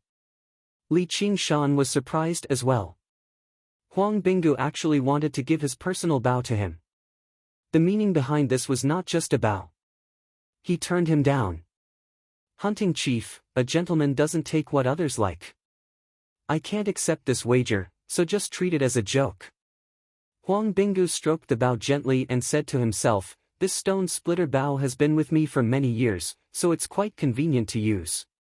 It's also helped me make a name for myself in the Jianghu. Now that I don't have much time left, I'd like to choose a good master for it. I heard you found Grandpa Zhang's bow too light. This stone splitter bow is an iron bow with a strength of 3 stones. Even regular practitioners of martial arts can't use it. Here, don't dilly-dally. Huang Binggu pushed the stone splitter bow to Li Qingshan. Li Qingshan gripped the bow and felt a heaviness in his hand. He recalled Huang Binggu's elegance when he stood on the rock and killed people like he was slaughtering dogs. Yes, this bow was not suited for hunting. It was more suited for fighting on the battlefield. It was a true weapon for killing. He fiddled with the bowstring with his fingers. There were metal threads mixed in, so they were extremely sharp. Regular people had to wear rings to use it, but with the ox demon forges its hide, he did not mind. Huang Binggu seemed to want to entrust his son to him. He did not say it explicitly, but everyone present could tell. However, no one objected. Not only was this because of Huang Binggu's might, but Li Qingshan had also proven his strength before everyone. There was no need to ask whether Li Qingshan had the ability to lead, or whether the villagers were convinced. Obeying the strong was a human instinct, just like a pack of wolves. The Drawn Reins village was a pack of wolves. Huang Binggu wanted Li Qingshan to replace him as the Wolf King. This was a decision he had made after a long period of consideration. The Drawn Reins village had always been disliked by the government, and they had become sworn enemies with the Ginseng King village. They seemed impressive, but they were actually surrounded by danger. There were talented people in the village, but none of them could control the situation. Only Li Qingshan could do this. Li Qingshan held the stone splitter bow and felt like he was dreaming. A few months ago, he was still the most inconspicuous, lowly cowherd in the village. A few months later, he had the opportunity to become the renowned hunting chief of the Drawn Reins village, but he did not accept it. Hunting chief, I'll accept this bow. Thank you for your kindness, but I've actually come to bid you farewell today. With that, there was an uproar. Everyone felt like Li Qingshan did not know how to appreciate his kindness. Even though Huang Binggu understood Li Qingshan's strength and potential, his expression was rather ugly after being rejected in front of so many people. Huang, but I want it for myself. Li Qingshan returned to his room and took out a small bottle of alcohol, passing it to Huang Binggu. This is the medicinal alcohol my master left behind in the past. It might be able to cure your illness. You from Tian Ttt. Li Tut Ttt. Li Qingshan smiled and said, there's no harm in trying. This was the spiritual wine brewed from the spiritual ginseng. Although he was not skilled in medicine, he had some understanding of Huang Binggu's illness. He had been born with a weak body, and his many years of practicing martial arts had exhausted his origin, so he had to rely on his inner strength to support himself. This was an incurable disease that even a divine doctor would find difficult to cure. This was a congenital defect that no one could cure. However, the spirit ginseng had an innate qi that could save his life. Huang Binggu drank the spiritual wine in one gulp, then sat down to meditate. After a short while, wisps of white qi emitted from the top of his head, and his originally sallow complexion regained its ruddiness. After a long time, he opened his eyes. Chief Hunter, what do you think? The hunters asked one after another. Huang Binggu touched his chest in disbelief. I feel much better. It was not just much better, it was better than ever. It was as if he had returned to his youth. There was a burst of cheers, and many of the hunters shed tears. Many of the people who had originally been hostile towards Li Qingshan all changed their attitudes, holding his hands and thanking him profusely. Li Qingshan raised the stone splitter bow. Then it would be impolite of me to refuse this bow. Huang Binggu's expression darkened slightly. Then, Qingshan, can we change the wager? Having escaped from death, he was immediately reluctant to part with this old companion. Don't even think about it. Li Qingshan refused firmly. The words of a man of the mountains are like the mountains. How can I repent so easily? All right then.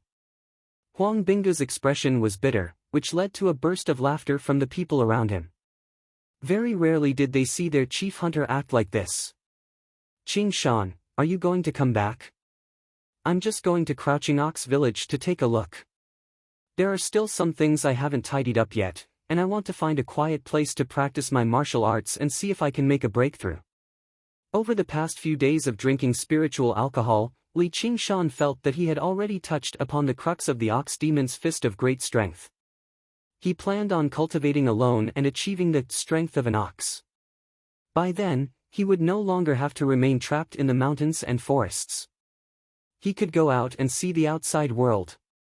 He remembered that the fatty he saved yesterday seemed to have called himself some Qingyang district magistrate. He wanted to fulfill his promise with Little An. Although he had no idea how far south Little and pointed to was, he still had to take the first step.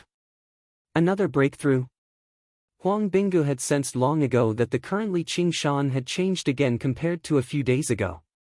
His entire being had undergone a drastic change. This rate of improvement was basically shocking. Yet in the blink of an eye, he said he wanted to make another breakthrough. He could not help but think of how Li Qingshan had once said he wanted to become an innate master. Back then, he had only thought of it as a passing thought. Now, he suddenly felt that perhaps he really could achieve it. But what about the prey you've hunted? Li Qingshan's harvest over the past few days had almost caught up to the entire village's harvest. I don't want anything else. I just want the tiger bones from that tiger. Also, I want you to collect some tiger bones for me. I want to make some medicinal alcohol. I'll buy them at market price. The reason why he chased after the tiger relentlessly was not just because he wanted to show off in the village. Instead, it was because Oxen had told him that once he achieved the strength of an ox with the ox demon's fist of great strength, he could begin practicing the tiger demon's fist of bone forging. He needed to use another type of medicinal alcohol. The most important ingredient was like ginseng, precious but not uncommon. It was tiger bones. Hunters and tigers were mortal enemies.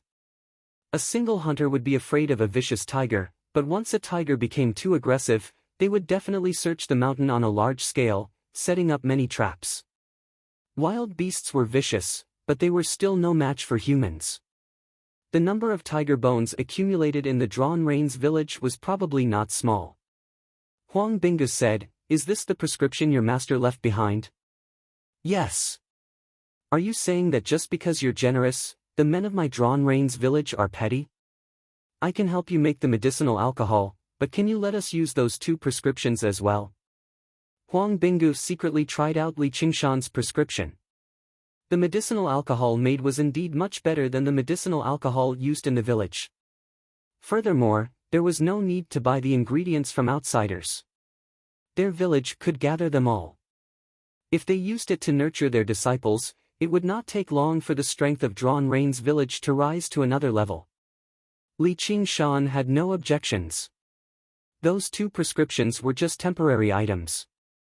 There was nothing particularly precious about them, so there was no harm in giving them to others. Furthermore, he could save himself the trouble of making the medicinal alcohol. It was the best of both worlds. He handed the prescriptions to Huang Binggu, then took the stone splitter bow, mounted oxen, and slowly left. It was only when Li Qingshan's figure disappeared around the corner of a mountain path that Grandpa Zong whispered to Huang Binggu, "Hunting chief, why didn't you stop him just now? The spiritual ginseng is most likely on him. The alcohol you drank was most likely made from the spiritual ginseng, and the spiritual ginseng is most likely in the gourd at his waist." Li Qingshan had never mentioned the matter of the spiritual ginseng, but in the eyes of this experienced old hunter, he had already revealed too many clues. To Huang Binggu, who had once walked the Jianghu, these things could only be seen and understood even more clearly. Huang Binggu gazed at the mountain path that Li Qingshan had disappeared into. After a long silence, he turned his head and said, "After all, we are different from those ginseng foragers, aren't we?" Chapter 32. Grandpa Zong also showed some respect. Many mountain villages were like Ginseng King Village, and hunter villages were even more so. After all, it was much easier to be a hunter than to hunt beasts. If they encountered a lone traveler, they could kill him with one arrow and take the item. It was simply too easy. Ever since Huang Binggu had led Drawn Reins village, he had strictly restricted the villagers. This had never happened before. On the mountain path, Oxen said to Li Qingshan, "You gave that bottle of spiritual wine. At least 2 people have seen through the matter of the spiritual ginseng." Li Qingshan said, "I know. It's very possible that they will attack and make you stay in Drawn Rain's village forever." "I know that too." Li Qingshan had lived 2 lives and was not a naive teenager. He knew of the many dark sides of human nature. "But I'm willing to take this risk. In life, if I'm always careful and don't believe in others or myself, then what's the point of mastering a peerless technique?" He had some measure of his own strength and was confident that even in the worst-case scenario, he would be able to kill his way out. Furthermore, he believed that his own strength would have the effect of intimidating others. On one hand, he warmly invites me while on the other, he silently presses on his sword. Does this count as becoming mature? Li Qingshan sighed in his heart as he caressed the locustwood tablet on his waist that had the 2 words, Nan and carved on it. However, there were still people in the world that he could wholeheartedly trust. Ghosts. They slowly walked along the rugged mountain path. The red, yellow, and green maple trees were like fire along the way. It was very beautiful. Li Qingshan took out his bamboo flute again and began to play it. The clear sound of the flute echoed through the autumn mountains. "Still can't find it?" The young man who was called Young Master by the swordsman asked somewhat anxiously. He had already led people to search Bai Lao Peak for many days and had even expanded the search area, but there was no sign of the spiritual ginseng. "Young Master, we've already brought people to flatten Ginseng King Village. The spiritual ginseng is definitely not there. They said that it must have been taken by Drawn Rain's village. Should we flatten Drawn Rain's village while we're at it?" a swordsman asked. They have great enmity with the Drawn Rain's village, so of course they would say that. They think I don't know that the Drawn Rain's village withdrew from the mountain on the day of the Mid-Autumn Festival, and then went to the north for the autumn hunt. Drawn Rain's village isn't like those country bumpkins from Ginseng King Village. Huang Binga's archery skills were famous in Jianghu back then. Unless it's absolutely necessary, don't provoke him.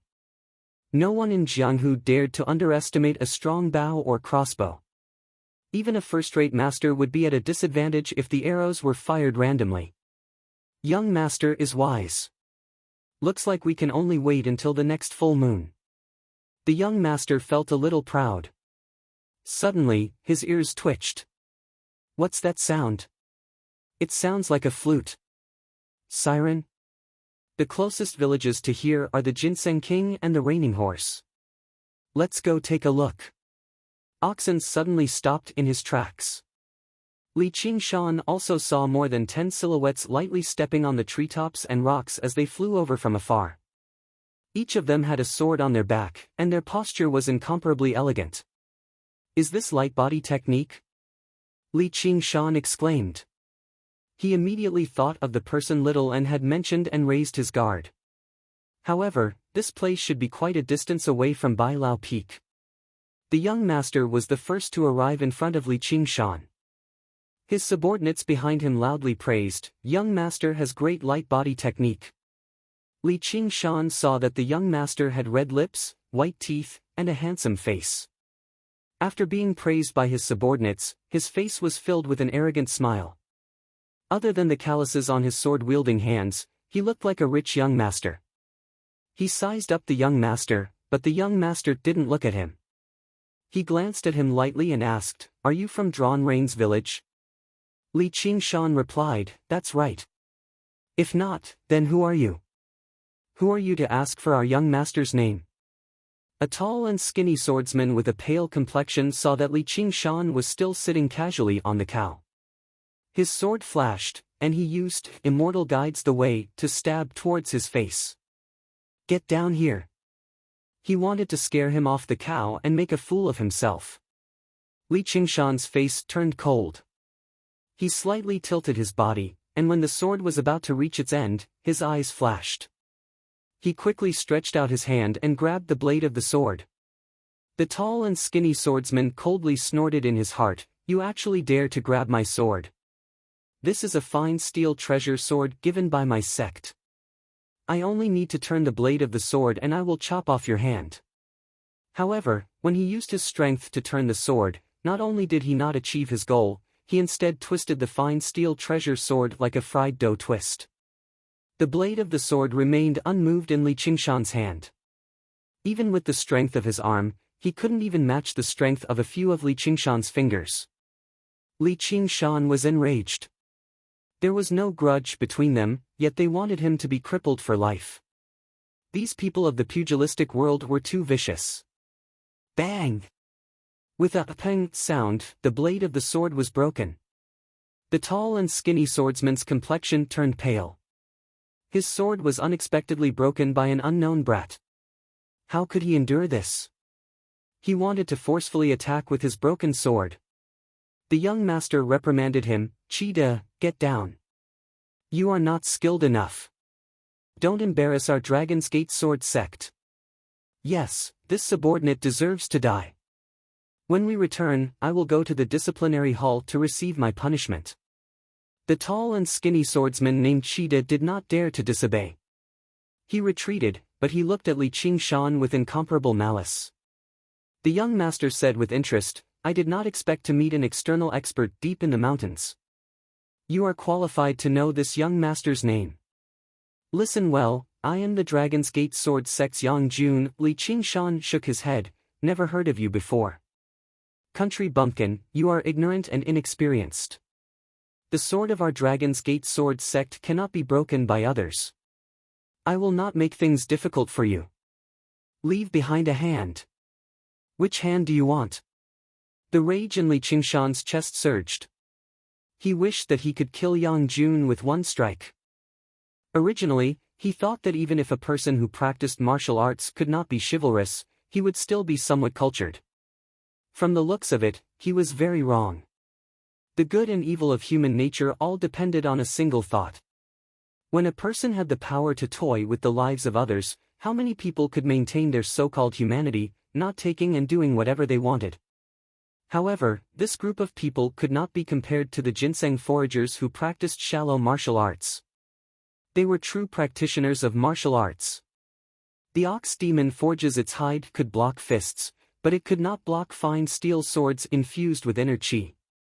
Furthermore, they all possessed movement techniques. Even if they managed to escape, it would not be easy. Yang Jun said, "Though, seeing how you're so young, your talent is quite good to be able to practice external martial arts to such a level. Crippling you like this is quite a pity. Why don't you become my servant?" This was his true objective, as most people who practiced external martial arts were straightforward and honest. They did not have as many thoughts as people who practiced internal martial arts. In other words, their muscles grew into their brains.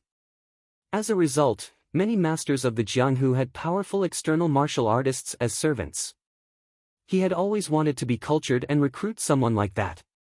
When he saw Li Qingshan, he beamed inside. Wasn't this exactly what he was looking for? If he beat him up now, all he needed to do was give him some benefits in the future, and he would be able to raise a loyal dog. "Young master, you mustn't." Cheetah tried to dissuade him in a hurry. If this kid really became the young master's servant, his status would rise. Yang Jun shot him a glance, and he immediately shut up. Another swordsman said, "Why don't you hurry up and agree? Our Dragon's Gate sword sect is renowned throughout Qingyang City. Even becoming a servant disciple is difficult. Now that the young master is promoting you, you'll reach the top in a single step. I, Li Qingshan, will not become anyone's servant." Li Qingshan emphasized each word. He came from a different world. He had the same love and hatred as the people of this world, but there was one thing that was different. He had no loyalty. He would not be loyal to anyone, no matter how benevolent, noble, or terrifyingly powerful the person was. Chapter 33. If it were a one-on-one battle, the current Li Qingshan was confident he could defeat or even kill Yang Jun within 10 moves. "Humph, you refuse a toast only to be forced to drink a forfeit." Yang Jun was just about to issue an order to capture Li Qingshan. Even if the Drawn Rains village was not to be trifled with, There was no need to worry about the news of him being destroyed in the depths of the mountains. Li Qingshan's body tensed up as well. He planned on capturing the ringleader first. He would deal with the blow and capture Yang Jun first. Suddenly, someone said, "Young master, he seems to be carrying the stone splitter bow on his back." What? The stone splitter bow? Yang Jun stopped and studied the great bow on Li Qingshan's back. He had some understanding towards the weapons of famed figures near Qingyang City. "Where did you get this bow from?" "The hunting chief obviously gave it to me," said Li Qingshan. Yang Jun's expression wavered. He had been influenced by what he saw and heard in the sect, so he knew everything he needed to know. The person who could obtain this weapon was probably Huang Binggu's successor, the next hunting chief of the Drawn Rains village. If someone like that died, the Drawn Rains village would never just let the matter rest. They would be able to find out about their activities in the region without any effort at all. If they really did everything they could for revenge, the hidden arrows and traps would be difficult to deal with. He could not provoke trouble like this over a moment of anger. He swung his hand. "Kid, don't let me run into you again." In the blink of an eye, they all vanished. Only Li Qingshan remained on the mountain path. He could not read minds, but he could guess that they feared the Drawn Rains village. When strangers saw you, they would never see you as a person. Instead, they would see your influence, power, and wealth. Li Qingshan had reached the level of a third-rate master, but he had relied on the bow on his back to escape danger. He was furious. He thought to himself, "If I don't get my revenge, I'm not human. I, Li Qingshan, will never allow anyone to bully me, nor will I rely on someone else's reputation to live." Originally, he didn't quite agree with Oxen's theory that a man should be more broad-minded. But now, he realized that a lot of deadly feuds were formed because of a single glare, and they wouldn't stop until one of them died. After over a month, Li Qingshan returned to Crouching Ox village once again. Before he even stepped through the door, he heard something inside. "Is there a thief? It's also because I live in a remote place. I'd like to see which petty thief dares to steal from me." The anger in his heart had not yet subsided. He quickly walked in and grabbed the man. The man turned around in pain. Their eyes met, and both of them were stunned. "Li Fugue. Erlang. What are you doing in my house?" "Erlang, you're not dead." Li Qingshan looked at the room. Although it had been more than a month, it was still spotless. He knew that Li Fugue was not stealing, but helping him clean the room. "Of course I'm not dead." "Why do you say that?" Only after asking around did he find out that Li Qingshan had returned from Cypress Stream village without any news. Everyone in the village had seen him get into a conflict with the people of the Drawn Rains village at the market, so they all thought that he was done for. Li Fugue even helped him burn some joss paper and cried. Li Qingshan did not know whether to laugh or cry. "I'm alive and well, aren't I? Hunter Huang of the Drawn Rains village invited me to the village as a guest, so I stayed for a while longer." Li Fugue never thought that he would actually be able to come out alive after entering a dangerous place like the Drawn Rains village. As for the fact that Hunter Huang had invited him over as a guest, he did not really believe it. In his eyes, although Li Qingshan was powerful, he was still nowhere close to someone like Huang Binggu. He did not know what to say either. He only muttered, "That's good. That's good." It did make Li Qingshan feel rather touched. He had not helped the wrong person back then. However, Li Fugue's expression suddenly became worried. "You should leave quickly. Don't let the villagers know." "What now?" "The eldest son of the village head's family has returned. He says he wants to make trouble for you." Li Long. Village head Li's eldest son, as well as Li Qingshan and Li Bao's elder brother. The name was not unfamiliar to Li Qingshan. Instead, the villagers had almost grown calluses from hearing it. Originally, Li Long was only a few years older than him. However, it was said that when he was playing outside when he was young, he caught the eye of a noble and was taken to Qingyang City to learn martial arts. He would only return home during festivals. He had seen Li Qingshan, the cowherd, a few times, but he had never even spoken to him.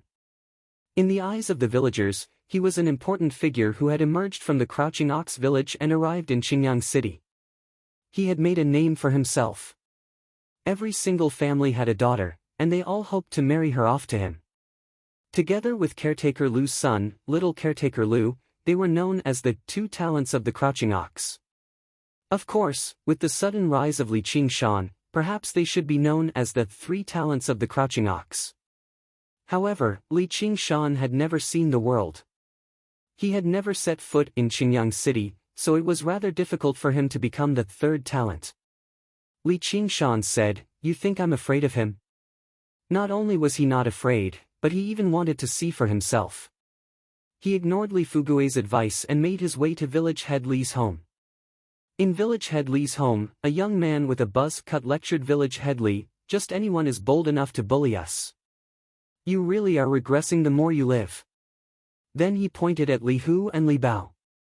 "You two are grown men, yet you allow him to bully you all the way to your doorstep." He had basically grown up in Qingyang City, so his horizons and experience were extremely abundant. He had already begun to treat himself as a Qingyang citizen. Right now, he viewed the matters of the village from the perspective of a city dweller. He felt a natural sense of disdain, not just towards Li Qingshan, but towards everything in the Crouching Ox village. He was not young, but he had never married. His family had once tried to find a partner for him in a hurry, but he rejected all of them. Right now, he was no longer someone that village girls could match. Village head Li, who was awe-inspiring in the village, only said meekly, "Don't be angry, my son. He's already dead anyway. He's seeking his own death by provoking the Drawn Reins village. There's no need for me to go through the trouble of teaching him a lesson." Li Hu shrunk his neck in meekly, but Li Bao said, "Big brother, you won't let us join the Iron Fist and learn martial arts, so of course we'll be bullied in the village." Li Long shot a glance at him. "That's because you don't have enough talent. Li Qingshan's not dead. Li Qingshan's back." At this moment, someone suddenly called out from outside. Li Long suddenly stood up. If this news only kicked up a commotion in the peaceful village, then Li Qingshan has gone to village head Li's home. Would kick up a great commotion, drawing the entire village to move out once more. They wanted to see the battle between the first and third prodigies of the Crouching Ox village. Under the scorching sun, Li Qingshan and Li Long stared at each other. The villagers all held their breaths, as if they were afraid of startling them. Li Hu and Li Bao stood beside Li Long, boosting his momentum. Li Long waved his hand, dismissing the two of them. "Li Erlang, it's been so long. You've grown so big already." This was completely the tone of a senior speaking to a junior. However, the villagers all believed he had the right to speak like that, so they discussed quietly. "Erlang's in big trouble now." "Yeah. Li Long can't be compared to patch-haired Lu and those scoundrels." Chapter 34. Even though Huang Binggu had a sickly body, the feeling he gave off was that of a tiger's bones standing tall and mighty. He was extremely dangerous. Furthermore, in their last exchange, Huang Binggu had made a tactical error. He wanted to fight him head-on, using his weakest point to attack his strongest point. Of course, he would not have won. Otherwise, even if he did not use archery, as long as he had a weapon in his hand, he would not have been able to defeat him. Li Long said, "I heard you wanted to see me." Li Long also had a good eye and thought, "This Li Erlang's posture is calm and steady. One look and you can tell he's trained in martial arts. He doesn't seem like a normal brute, and his aura seems to be a bit like Master's." He immediately shook his head, finding this thought funny. What kind of person was his master? How could he be mentioned in the same breath as this kind of brat? "You dared to humiliate my family when I wasn't home. You really don't know how the word death is written. Oh, then I'd like to learn." Before Li Qingshan finished speaking, Li Long gave a loud roar and rushed forward to attack. With a metal tree piercing the clouds, he attacked Li Qingshan's chest. Cries of alarm came from all around. Li Fugui called out, "Erlang, be careful." Li Qingshan's body did not move. It was unknown if he could not dodge or if he was stunned. Li Long felt disdain in his heart. So he was just pretending. Just now, it seems I've misjudged him. With a muffled bang, the fist landed on Li Qingshan's body. Li Qingshan used the ox demon stomps the ground, his 2 feet seemingly rooted to the ground. He did not move at all. Seeing that we're from the same hometown, I'll let you have 3 punches.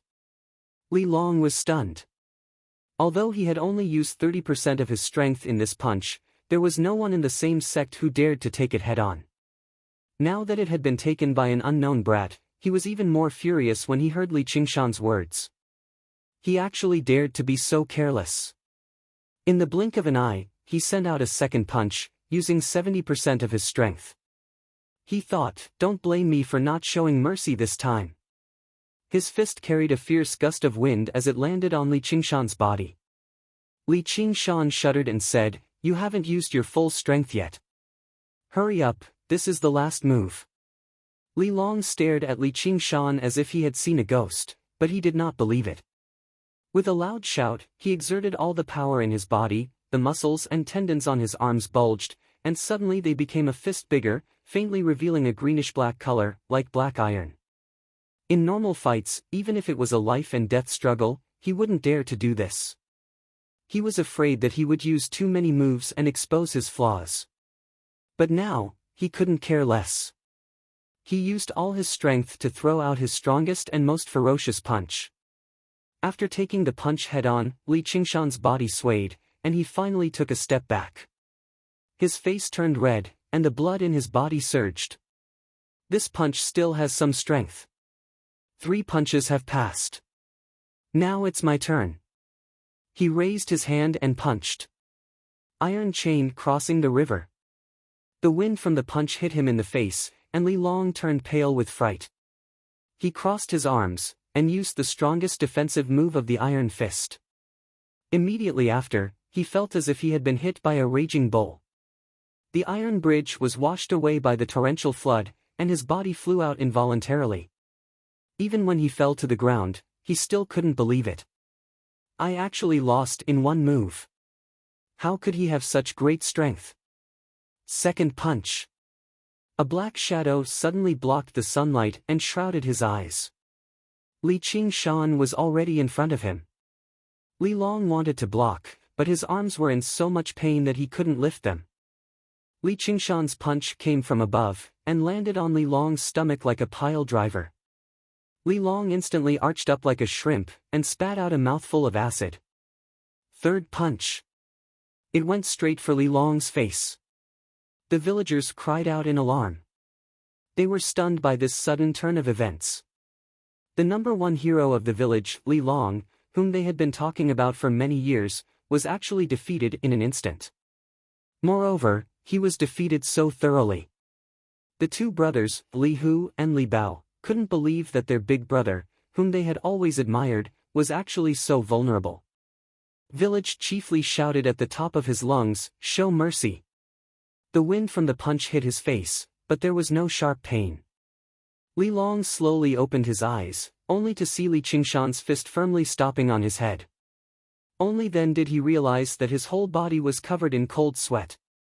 Just now, at that moment, he felt as if he was facing his invincible master, and he could only close his eyes and wait for death.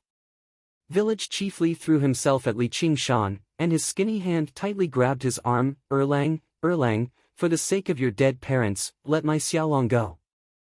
"Dad, go away, let him come at me." Li Long struggled to get up. Li Qingshan said, "Seeing that you are somewhat filial, I will remember this punch." He was quite satisfied with the few punches he had just now, not because he was proud of his strength, but because of his strategy. Li Long had practiced martial arts for more than 10 years, and it was not in vain. His combat experience was above Li Qingshan's.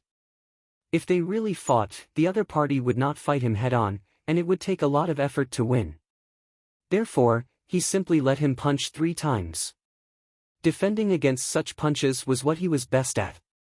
Wherever Li Long's punches hit, he would focus his mind there, and the true qi in his body would also circulate there. After Li Long's 3 punches, not only was his mind injured, but his physical strength was also at its lowest. If he could not dodge, he could only block Li Qingshan's punches, and the result would be the same as just now. Li Long stood up with the help of Li Hu and Li Bao. Are you really Li Erlang? That's impossible. He only had a very vague impression of Li Qingshan. Other than his somewhat eccentric personality, he was not an important person. Even according to his father's description, Li Qingshan was just a hot-blooded youth who was forced to suddenly burst out with ruthlessness. This kind of thing was not rare to him, but he never knew that he had such martial arts. It was as if a child in the mountains had gone out to work hard for many years and finally earned a family business. After achieving success and fame, he returned to his hometown in glory and enjoyed the worship of the villagers. But suddenly, an inconspicuous country boy appeared and was even richer than him. The disappointment in his heart could not be any greater, and after the disappointment came anger. I am not Li Erlang, I am Li Qingshan. Since he no longer recognized that big brother, then Li Qingshan was not willing to be some Erlang. Li Long said fiercely, then do you know who I am? Of course I know. Then do you know who my master is? Who? Obviously the master of Qingyang City's Iron Fist, known as the Iron Lion in the Jianghu, old hero Lu. Caretaker Lu suddenly stood out from the crowd and said with an extremely high and respectful tone. Li Qingshan frowned. I've never heard of him. What Iron Fist?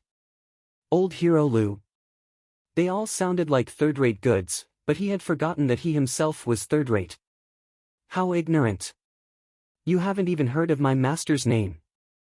Looks like you haven't heard of the 4 great masters of Qingyang, the dragon, the tiger, the lion, and the bear. Li Long called out. Don't tell me that dragon in there is you. Li Qingshan widened his eyes. This was the second time he had been accused of being ignorant today. All he knew was that in the wuxia novels of his past life, people who used animals as nicknames were all trash. Jackals, wolves, tigers, and leopards were all useless. Only true masters who used directions as nicknames were nicknames, such as Eastern Heretic, Western Venom, Southern Emperor, and Northern Beggar. Of course not. Li Long almost laughed out of anger. In the government office of Qingyang City, the advisor held a small booklet and introduced the fat official one by one. Sir, apart from these local aristocrats and landlords, there are 4 other places and 4 people that you can't offend. The fat official said in irritation, I might as well not offend a single person in the entire Qingyang City. The advisor ignored his feelings. These 4 places are a sect, a village, and a stronghold. What do you mean by a sect, a village, and a stronghold? The sect is the Iron Fist, the sect is the Dragon's Gate sect, the village is the Drawn Reins village, and the stronghold is the Black Wind stronghold. The dragon, the tiger, the lion, and the bear are the leaders of these places. Sir, if you offend these aristocrats, you'll be chased out of Qingyang City at most and lose your position as district magistrate. However, if you offend them, you might lose your life for no reason. Chapter 35. As it turned out, the group of people on the mountain path today were sent by the Dragon's Gate. The arrogant guy was the young master of the Dragon's Gate. No wonder he was so arrogant and despotic. Li Long said in surprise, you know, sickly tiger. Afterwards, he naturally saw the bow on Li Qingshan's back. As Huang Binggu rarely visited Qingyang City, he could not be certain that it was the stone splitter bow. Li Qingshan nodded and said nothing more. Li Long said, don't tell me your martial arts are also his, no, and it's none of your business. If you want revenge, feel free to come. Li Qingshan did not want to use Huang Binggu's name to intimidate others. Li Long's expression changed. He thought, this Li Qingshan's martial arts are already third-rate, so just what kind of person is his master? And he's connected to Huang Binggu. I only have a small dispute with him. Even if I kill him, what benefit will I get? It's better to squash enmity than keep it alive. Li Long made up his mind. Suddenly, his expression changed. He smiled slightly, although his smile was rather forced. Erlang, we're fellow villagers, so what kind of grievance is there for revenge? Li Qingshan was taken aback instead. Originally, he thought what would happen next would be him provoking the elders after beating up the young, forcing him into a corner like a swarm of bees. Afterwards, he would achieve a minor accomplishment in his abilities and kill them all. He never thought Li Long would actually be so fickle despite how reckless he seemed. Moreover, he was quite thick-skinned as well, actually changing his tune. He had basically witnessed the slippery side of the people of the Jianghu. Li Long smiled. And exchanging 3 punches for 2 punches, so I've profited. I can let you earn some more. Li Qingshan could tell that he originally wanted revenge. He had only changed his mind after hearing Huang Binga's name. When he thought about how this was the second time he had to escape trouble like this today, he felt very mixed emotions. He hoped that one day, he could also be like Huang Bingu. No, he wanted to be even stronger than Huang Bingu. Even if it was 1,000 miles away, if someone heard his name, they would still feel deep veneration, not daring to act recklessly. Li Long smiled awkwardly. There's no need for that. Don't just stand there. Let's talk inside. Our Crouching Ox village has produced such a young hero. I just happen to want to get to know him better. Then, he cupped his fists in all directions. Fellow villagers, please go ahead. If I have the time, Li Long will visit each and every one of you. The villagers looked at one another. The outcome had truly exceeded their expectations, but since Li Long had asked them to leave, they dared not disobey. They just silently passed the title of the greatest hero of the Crouching Ox village to Li Qingshan. Since he had lowered himself so much, it was difficult for Li Qingshan to turn him down. Just like he had said, there was no particularly great grievance between them, and he also wanted to understand some information about Qingyang City, especially the Dragon's Gate sect. Under many gazes of respect, Li Qingshan was invited into village head Li's home.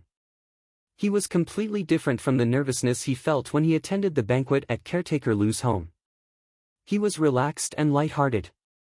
In the eyes of others, he possessed an air of arrogance. This was the change in mentality and bearing that came from his own strength. Qingshan, with how impressive your martial arts are you interested in finding a job in Qingyang City? Our Iron Fist sincerely invites all the heroes of the world to gather. With your martial arts, my master will definitely like you. Li Long tried to rope him in right from the beginning. I'm skilled in martial arts. Can I join the Iron Fist just because I want to? Li Qingshan found this person's breadth of mind rather admirable, but little did he know that Li Long was conflicted inside. Although Li Qingshan had punched him twice, there was no great grievance between them. If he could rope him into the gang, he would be able to help each other out as fellow villagers, which would be beneficial to his status in the sect. Of course I need to be vouched for. Don't worry, I can vouch for you. Our Iron Fist is a great clan with a great business.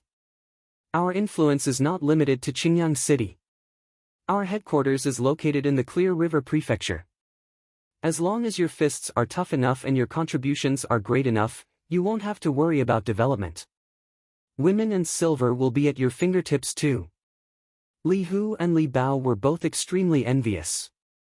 They could only blame their elder brother for not vouching for them, preventing them from enjoying the women and silver in the city. Yeah. My family's Lu Neng is a caretaker in old hero Lu's estate. He'll be able to look after you when the time comes. Caretaker Lu followed them in as well. He felt fortunate that he had not offended Li Qingshan too much in the past. Who would have thought that the cowherd from back then would become so powerful in just a few months? As Li Long said that, Li Qingshan gradually understood that although the Iron Fist accepted disciples, it was more like a gang, entrenched in the city. The Iron Lion, old hero Lu, should be a branch leader or a branch sect master. Li Qingshan said, "May I ask what rate old hero Lu's martial arts are in the Jianghu? If you ask someone else, they really might not be able to answer you. My master's Iron Fist has reached perfection. He can be described as a second-rate master. Then how do I compare to him?" This. Li Long never thought Li Qingshan would compare him to the peak of Qingyang right off the bat, and he was even comparing him to his master. He became rather displeased. I'm not trying to boast, but while your martial arts are impressive, you're only at the peak of the third rate. You're nowhere near my master's opponent. Then what's the difference between second rate and third rate? My master once said that a person who has just grasped the rudiments of martial arts can take on 3 to 5 strong men. An expert of the Jianghu can take on 3 to 5 such people, and so on and so forth. Although it's not absolutely accurate, that's the general idea. Once it exceeds this number, it'll be difficult for 2 fists to take on 4 hands. However, this is only in terms of direct confrontation. If you use the method of sneak attacks, a first-rate expert who is proficient in Qinggong can kill dozens of second-rate experts. However, dozens of trained ordinary archers can also kill first-rate experts. Li Qingshan roughly understood his strength. Those ginseng foragers were originally people who had practiced martial arts. Back then, he could be regarded as an expert of the Jianghu, so although he won, it was a Pyrrhic victory. After some cultivation, he barely managed to reach the level of a third-rate master. Only after drinking the spiritual alcohol did he become a true third-rate master. Li Long's martial arts could be regarded as decent, but he was not a master. As a result, he was not his opponent at all. Apologies. I've already promised hunting Chief Huang of the Drawn Rains village that I'll join them. I'm afraid I can't accept your invitation. He could not help but think of a few months ago, when he could not even sleep peacefully in the cowshed. His brother and sister-in-law viewed him as a thorn in their side, wanting to chase him out no matter what. Yet now, people were inviting him everywhere. As expected, Li Long thought. He said in pity, the Drawn Rains village doesn't have much to offer. Out of the 4 places in Xinjiang, our Iron Fist is the most at ease. They're all in the mountains, so how can they compare to us, who are so close to the bustling world? Whatever. Whenever you change your mind and come to Qingyang City, feel free to come to Iron Fist to find me. Just mention my name.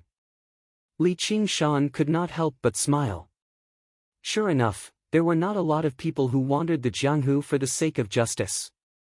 He asked about many more things, and Li Long answered everything he knew. Seeing how he was so loyal, Li Qingshan was not a tactless person, so he showed some respect. Brother Li, it's not a festival right now, so why have you returned? Li Long suddenly lowered his voice. Even if you didn't ask, I'd tell you anyway. I've returned this time for something major that threatens the Crouching Ox village.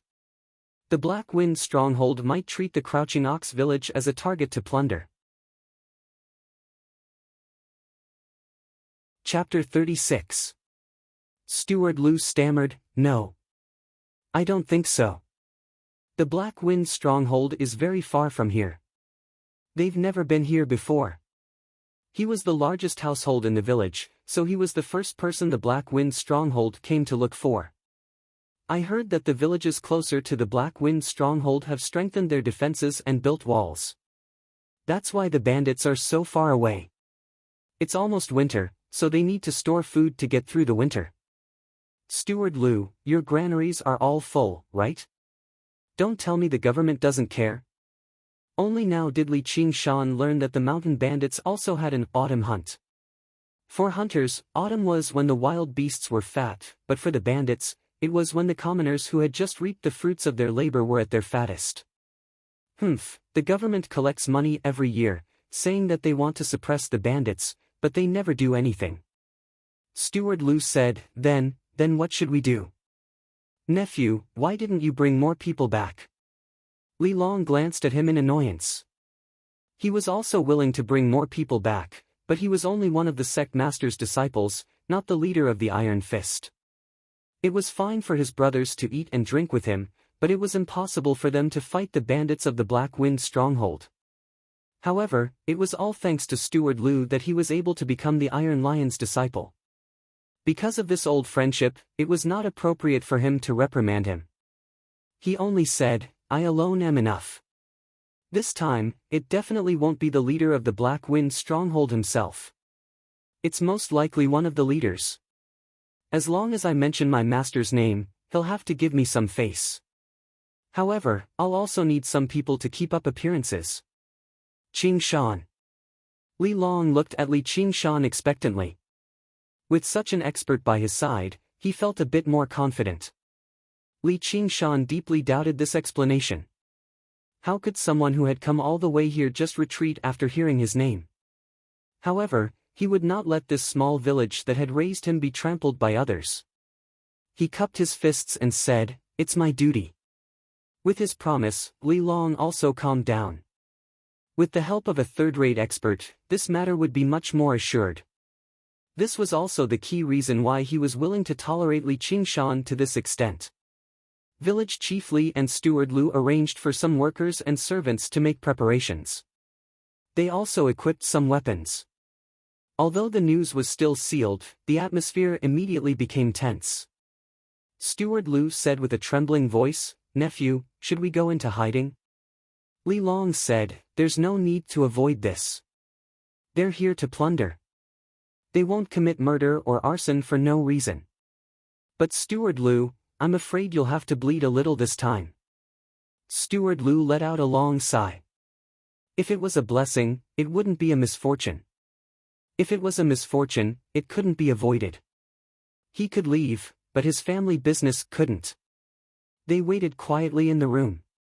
The two brothers, Li Hu and Li Bao, were still sweating from fright as they held their weapons. They constantly thought of the various terrifying rumors regarding the Black Wind Mountain. Li Long glanced at his brothers before glancing at Li Qingshan, who remained unfazed and resting with his eyes closed. He sighed inside. "If you had even half his courage, I'd be willing to take you into Qingyang City." Clang! Clang! Clang! Before the sky had even darkened, a gong suddenly rang out from outside the village. It was a scout stationed outside the village, a clever and nimble junior chosen by Steward Lu. "They're here," Li Long said. Li Qingshan snapped open his eyes. How bold of these bandits to actually plunder in broad daylight. The gong suddenly stopped. They hurried to the entrance of the village and saw a cloud of dust approaching from afar. In the blink of an eye, it had arrived before them. There were several dozen people.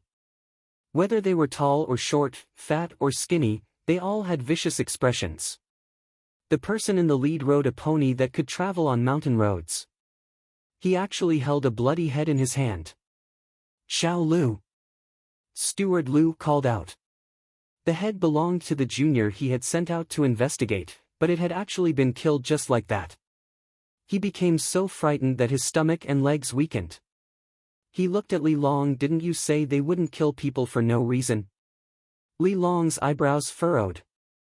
He said softly, "They're trying to kill to establish their might." Afterwards, he clasped his fist and said loudly, "I'm Li Long of the Iron Fist. May I ask which boss of the Black Wind Stronghold has come? This is our third boss. If you're sensible, hand over your money and food. Don't make us waste our time, or we'll burn down your shitty village." A bandit called out, and the other bandits followed suit. They fiddled around with the weapons in their hands as they smiled scornfully. It was like they were looking at a group of lambs waiting to be slaughtered. The third boss had a full beard and a fierce-looking face. He tossed the head to the ground and it rolled to Li Long's feet. "Iron Fist, if the Iron Lion was here, I'd leave immediately without another word. Who do you think you are?" When Li Hu and Li Bao saw the cloud of dust, they were so frightened that their faces turned ashen. Their legs trembled, and at this moment, they even weakened and fell to the ground. The bandits laughed loudly. "The third boss is so impressive." Li Long's expression changed and he gasped. It was rumored that out of all the bosses of the Black Wind Stronghold, the third boss was the most savage and temperamental. He would plunder and plunder without hesitation. In the eyes of the villagers near the stronghold, he was someone even more terrifying than the master of the Black Wind Stronghold.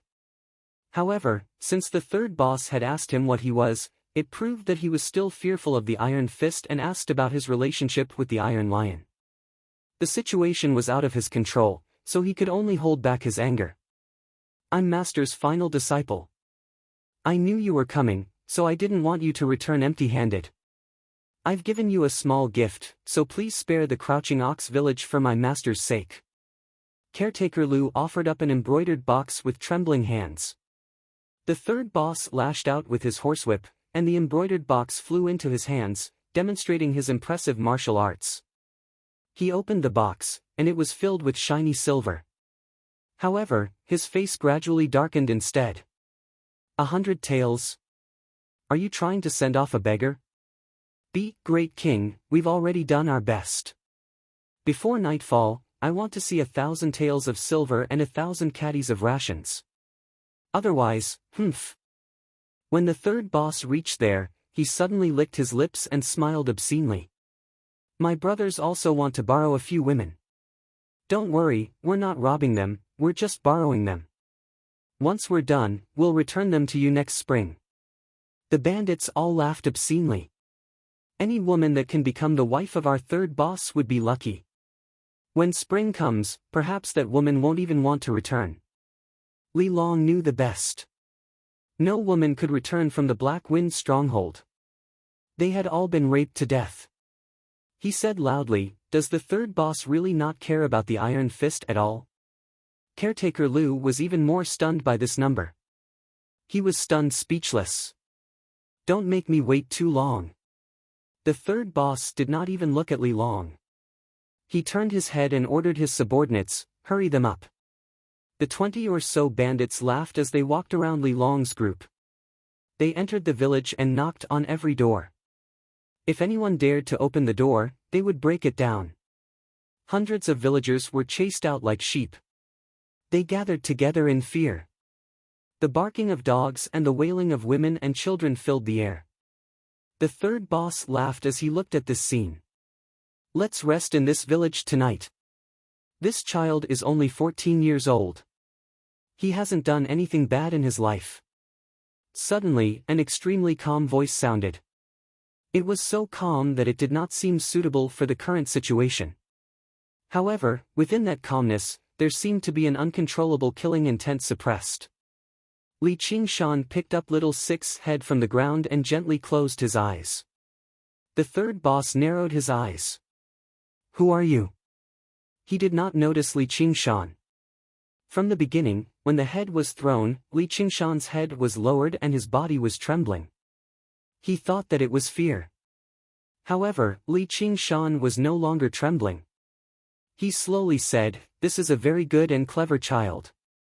His parents also love him very much." The third boss yawned. What are you trying to say?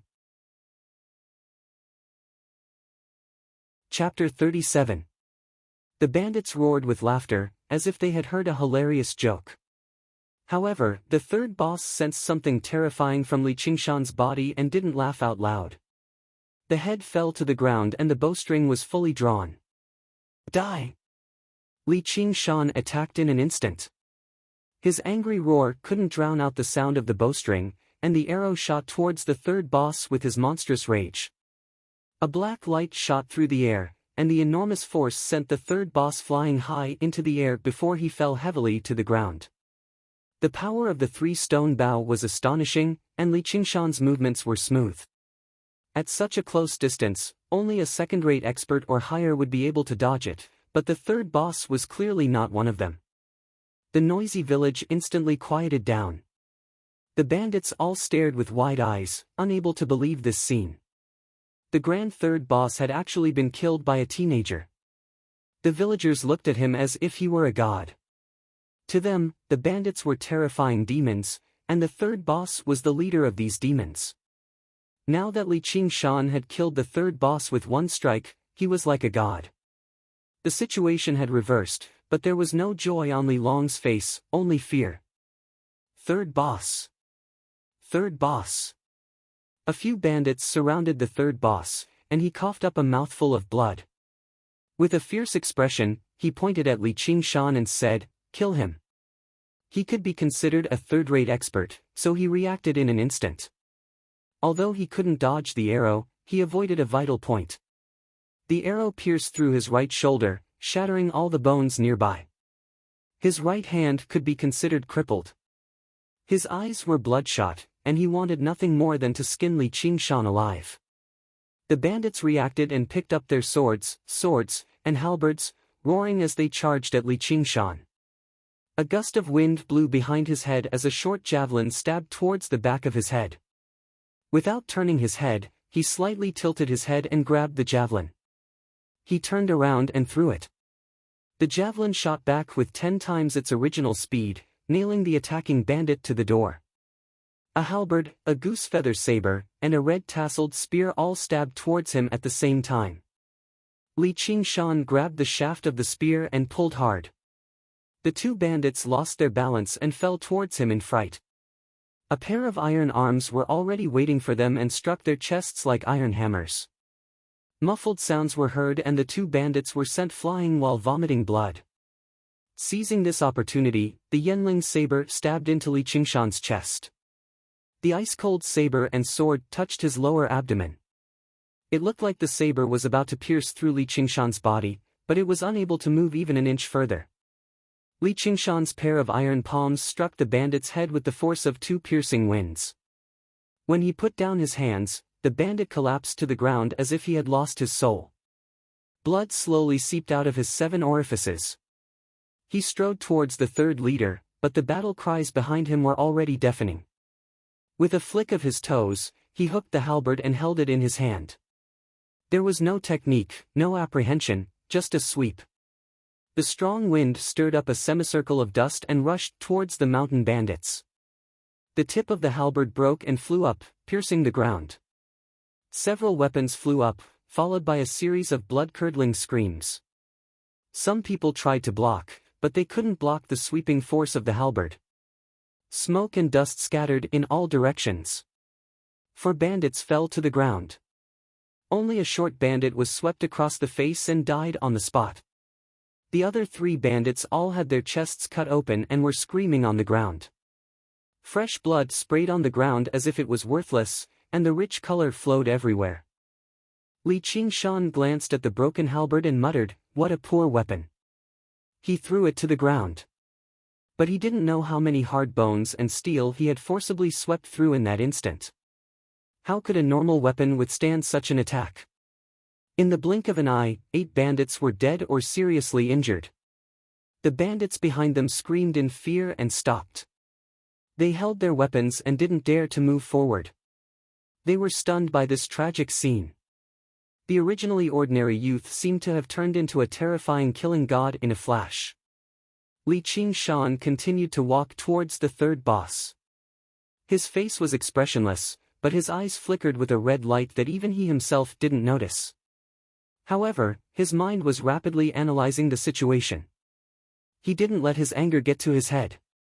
Only the third boss could be considered a third-rate master here, so he heavily injured him as soon as he attacked, eliminating the greatest threat. There were a few masters among the other bandits, but most of them were at the level of the ginseng foragers. They had only practiced some martial arts and were enough to bully commoners, but they were definitely not his opponent. I'm going to die here. The third boss propped himself up and moved backwards. He gazed at the approaching Li Qingshan in fear. He was like a humanoid demon from legends who would suddenly transform and bare his vicious fangs. No matter how many people were around him, they were unable to protect his safety. If I die, the entire Crouching Ox village will die with me. Do you know who my eldest brother is? Li Long's expression became even uglier. He went up and grabbed Li Qingshan. "Qingshan, don't be rash." The third boss took the opportunity to climb onto his horse. He pulled on the reins and the horse galloped away. The other bandits didn't need him to say anything. They all followed him like a swarm of bees. They didn't even care about the injured bandits. Li Qingshan broke free from his restraints and grabbed Li Long's throat tightly. He lifted him up. "Do you want to die too?" Li Long said with difficulty, I can't kill the boss of the Black Wind stronghold. Have you heard of Elm Village? Elm Village. Caretaker Lu, who had collapsed on the ground and was scared half to death, suddenly cried out involuntarily. "What Elm Village?" Li Qingshan relaxed his grip. The people of Elm Village have always practiced martial arts. They're fierce and fierce. They once killed a boss of the Black Wind Stronghold.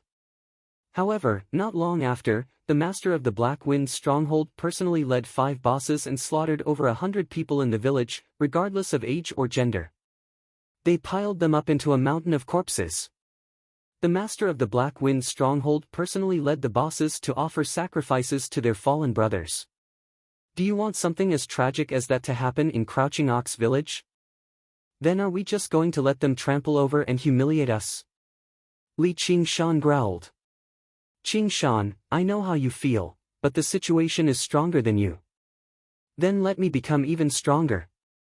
The expressions of all the villagers changed. At this moment, they heard the third boss leave behind an extremely vicious sentence from afar. Your Crouching Ox Village will be massacred. Some people fell to the ground in fright. Cries and wails rang out again. There was no joy from repelling the bandits at all. An injured bandit clutched his chest as he smiled cruelly. You'll all be buried with me. Are you done? Li Qingshan said. What? Li Qingshan released Li Long and kicked the goose feather blade beside his feet. The blade pierced the bandit's throat, and he immediately breathed his last. I won't go back on my words. Li Qingshan finished off the other injured bandits one by one.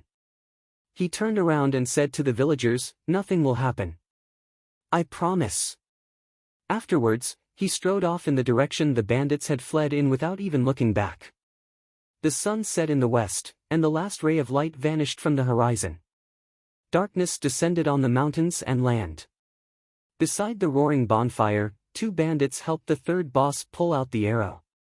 The third boss cried out in pain and slapped one of the bandits away. Can't you be a little more fucking gentle? The bandit's mouth was covered in blood from the slap. He stuttered, afraid to talk back. The other bandits were all dejected. Under the Black Wind Stronghold's fame, it had already been a very long time since they had experienced a defeat like this. They had already grown used to gazes of fear and flattery, and they were used to taking silver and women as they pleased. All of you, buck up. We'll definitely get our revenge. Once we capture that brat. The third boss smiled cruelly. Cut him into 1,000 pieces. Immediately, another bandit agreed. Chapter 38. Who did it? Who did it? The third boss roared. Although he was injured, he still had his cultivation. Just who was it that could actually kill someone under the watchful eyes of so many bandits? Pooh, another bandit's throat was slit and he fell to the ground. Just now, he was the first to agree with third boss that he wanted to cut Li Qingshan into 1,000 pieces. The dark forest seemed to hide a terrifying demon. A terrifying shadow instantly enveloped all the bandits. No one could see who did it. How did it happen? They didn't know if they would be the next to die.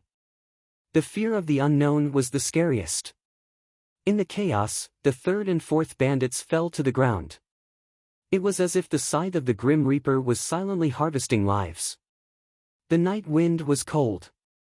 An exquisite hunting knife, like a venomous snake, slithered through the tall withered grass. The blade was covered with dark grass juice, so it didn't reflect any light. Tonight, there was no moon. Li Qingshan stood in the dark forest on the hillside, watching everything. Only he could see Little and holding the hunting knife, pacing back and forth among the bandits. His face was filled with anger. The words of these bandits had completely enraged him. His numb and withered heart for a long time burst forth with such strong emotions for the first time. He wanted to kill all these people. Li Qingshan saw that Little and tried to get close to third boss several times, but was blocked.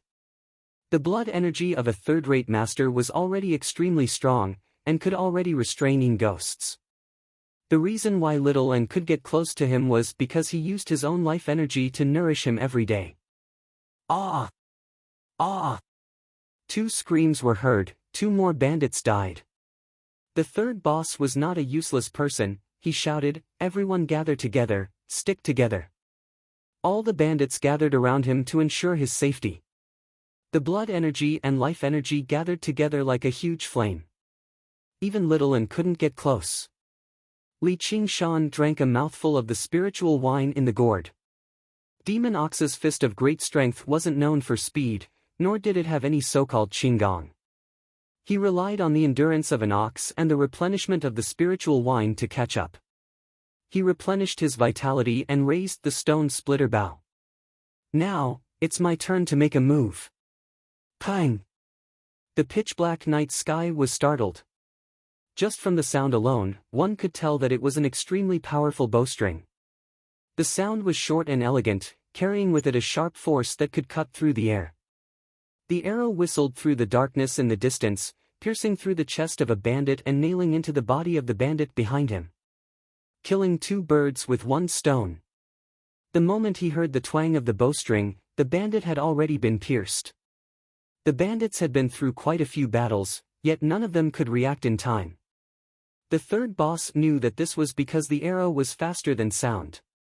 The person who shot it was an expert. In all of Qingyang, there seemed to be only a single person who could shoot an arrow like that with a single bow. No, it's not that person. Otherwise, he would be dead by now. The third boss glanced at his injured right shoulder and remembered the brat who had forced him into this situation. Originally, he thought he had been careless, which was why he had fallen for the sneak attack. He never thought the brat's archery would be so terrifying. In reality, Li Qingshan's archery was not particularly accurate. Moreover, he had suddenly used a heavy bow like the stone splitter bow from such a great distance. However, the bandits were all gathered together, so there was no need for him to take aim.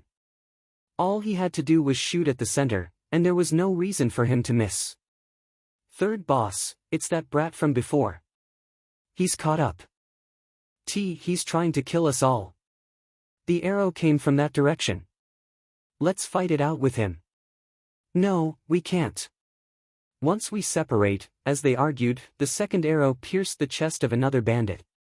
Every single bandit's face twisted in fear. They were so flustered that they were like a group of lambs waiting to be slaughtered. The third boss ordered, "It's all that brat's doing. Let's charge up and kill him together." He led the bandits as they charged up the hill, yelling and shouting. Li Qingshan stood where he was without any hesitation, shooting arrow after arrow. An arrow shot out from the taut bowstring, whistling through the darkness. It pierced through 3 withered leaves as it spun, stabbing into the body of a bandit. Then, it pierced through layers of flesh until it was stuck in the bones. Just now, it unwillingly stopped moving. The immense impact of the arrow didn't even leave the bandit with a chance to cry out in agony. One of the bandits by the side halted his footsteps and looked over in horror. Before the fear in his eyes could dissipate, he felt a sharp pain in his head, and he lost consciousness. The interval between the arrows was actually so short. The bandits' charge came to a halt, and they hurriedly searched for cover. However, before they could even catch their breaths, the strange bloody marks once again appeared on their throats. They were even more accurate and terrifying than the arrows. Someone died at every moment. The morale that had been raised by fear vanished. Only when they returned to their senses did they discover that the third boss had already mounted a pony and galloped off towards the Black Wind stronghold. They immediately scattered. Li Qingshan carried the stone splitter bow on his back and felt his arms ache slightly. The power of the 3-stone bow really was extraordinary. He had only fired a dozen or so arrows, and he found it rather difficult to continue. He sucked in a deep breath and took another sip of alcohol. "Little An, let's chase after them." In the Crouching Ox village, the villagers were still in a state of panic. Li Long was currently ordering people to collect the corpses. Long, how did you end up like this?" An old, dignified voice rang out in the darkness. Li Long shuddered. "Master, why have you come?" It was the master of the Iron Fist who had shaken up Qingyang City, the Iron Lion Lu Hong. "I was afraid that you wouldn't be able to subdue those bandits, so I came to take a look." Lu Hong emerged from the darkness. His eyes were like rings, and he radiated dignity even without being angry. He wore large, luxurious robes and seemed awe-inspiring, like a mighty lion. He glanced at the corpses of the bandits. "You've fallen out with the Black Wind stronghold." You didn't do it. What a heavy blow. Tell me, what happened?" Li Long could only tell him everything in detail. When Lu Hong heard the third boss actions, he snorted coldly. "How dare he look down on me and the Iron Fist like this? If I were here, I'd definitely kill him myself. I'd like to see whether that blind bear is bold enough to fall out with me or not." When he heard how Li Qingshan had struck out, he praised, "What boldness and skill. How old do you think this Li Qingshan is?" "Roughly 15. Li Long himself was rather surprised, so he could only say it out loud. Only now did he remember that Li Qingshan was only a teenager. "What? He's only 15. Lu Hong was shocked. He was a veteran of the Jianghu. Let alone 15-year-old third-rate masters, he had even seen first-rate masters before. However, behind these talented youths were all the shadows of large clans and sections. At the very least, they had a master with unparalleled martial arts. Chapter 39. Li Long pointed in a direction, and Lu Hong strode over. The Iron Fist was not particularly skilled in movement techniques, but he took 7 or 8 steps longer with each step than a regular person. His sleeves fluttered in the wind, and he did not slow down at all. Before long, he arrived where the Black Wind Mountain bandits had stopped and set up a campfire. Only a few corpses remained there now, and a few wolves were currently gnawing on the corpses. They raised their heads and let out threatening howls when they heard the noise.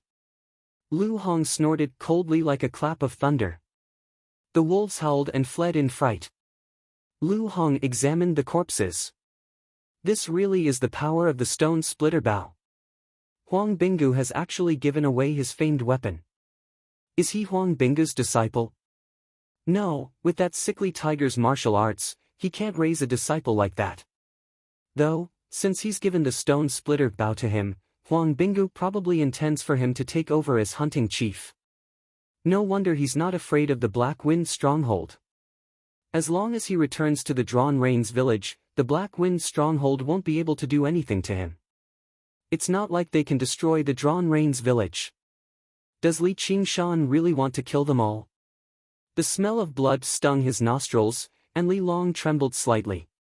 He had practiced martial arts for over a decade, so fighting and brawling was nothing out of the ordinary for him. However, with the influence of the Iron Fist in Qingyang City, he did not have a corresponding opponent to fight him to the death. At most, he would teach a lesson to some ignorant hooligan or passerby of the Jianghu. He had never seen so many corpses before. Since we've become sworn enemies, we obviously have to kill them all. Long, it's just too easy in Qingyang City. Originally, with your talent, your skills should have been much greater than this. Lu Hong felt like it was only natural, so he taught a lesson to his disciple. Li Long stammered, unable to reply. Lu Hong continued to examine the corpses. These wounds are so strange.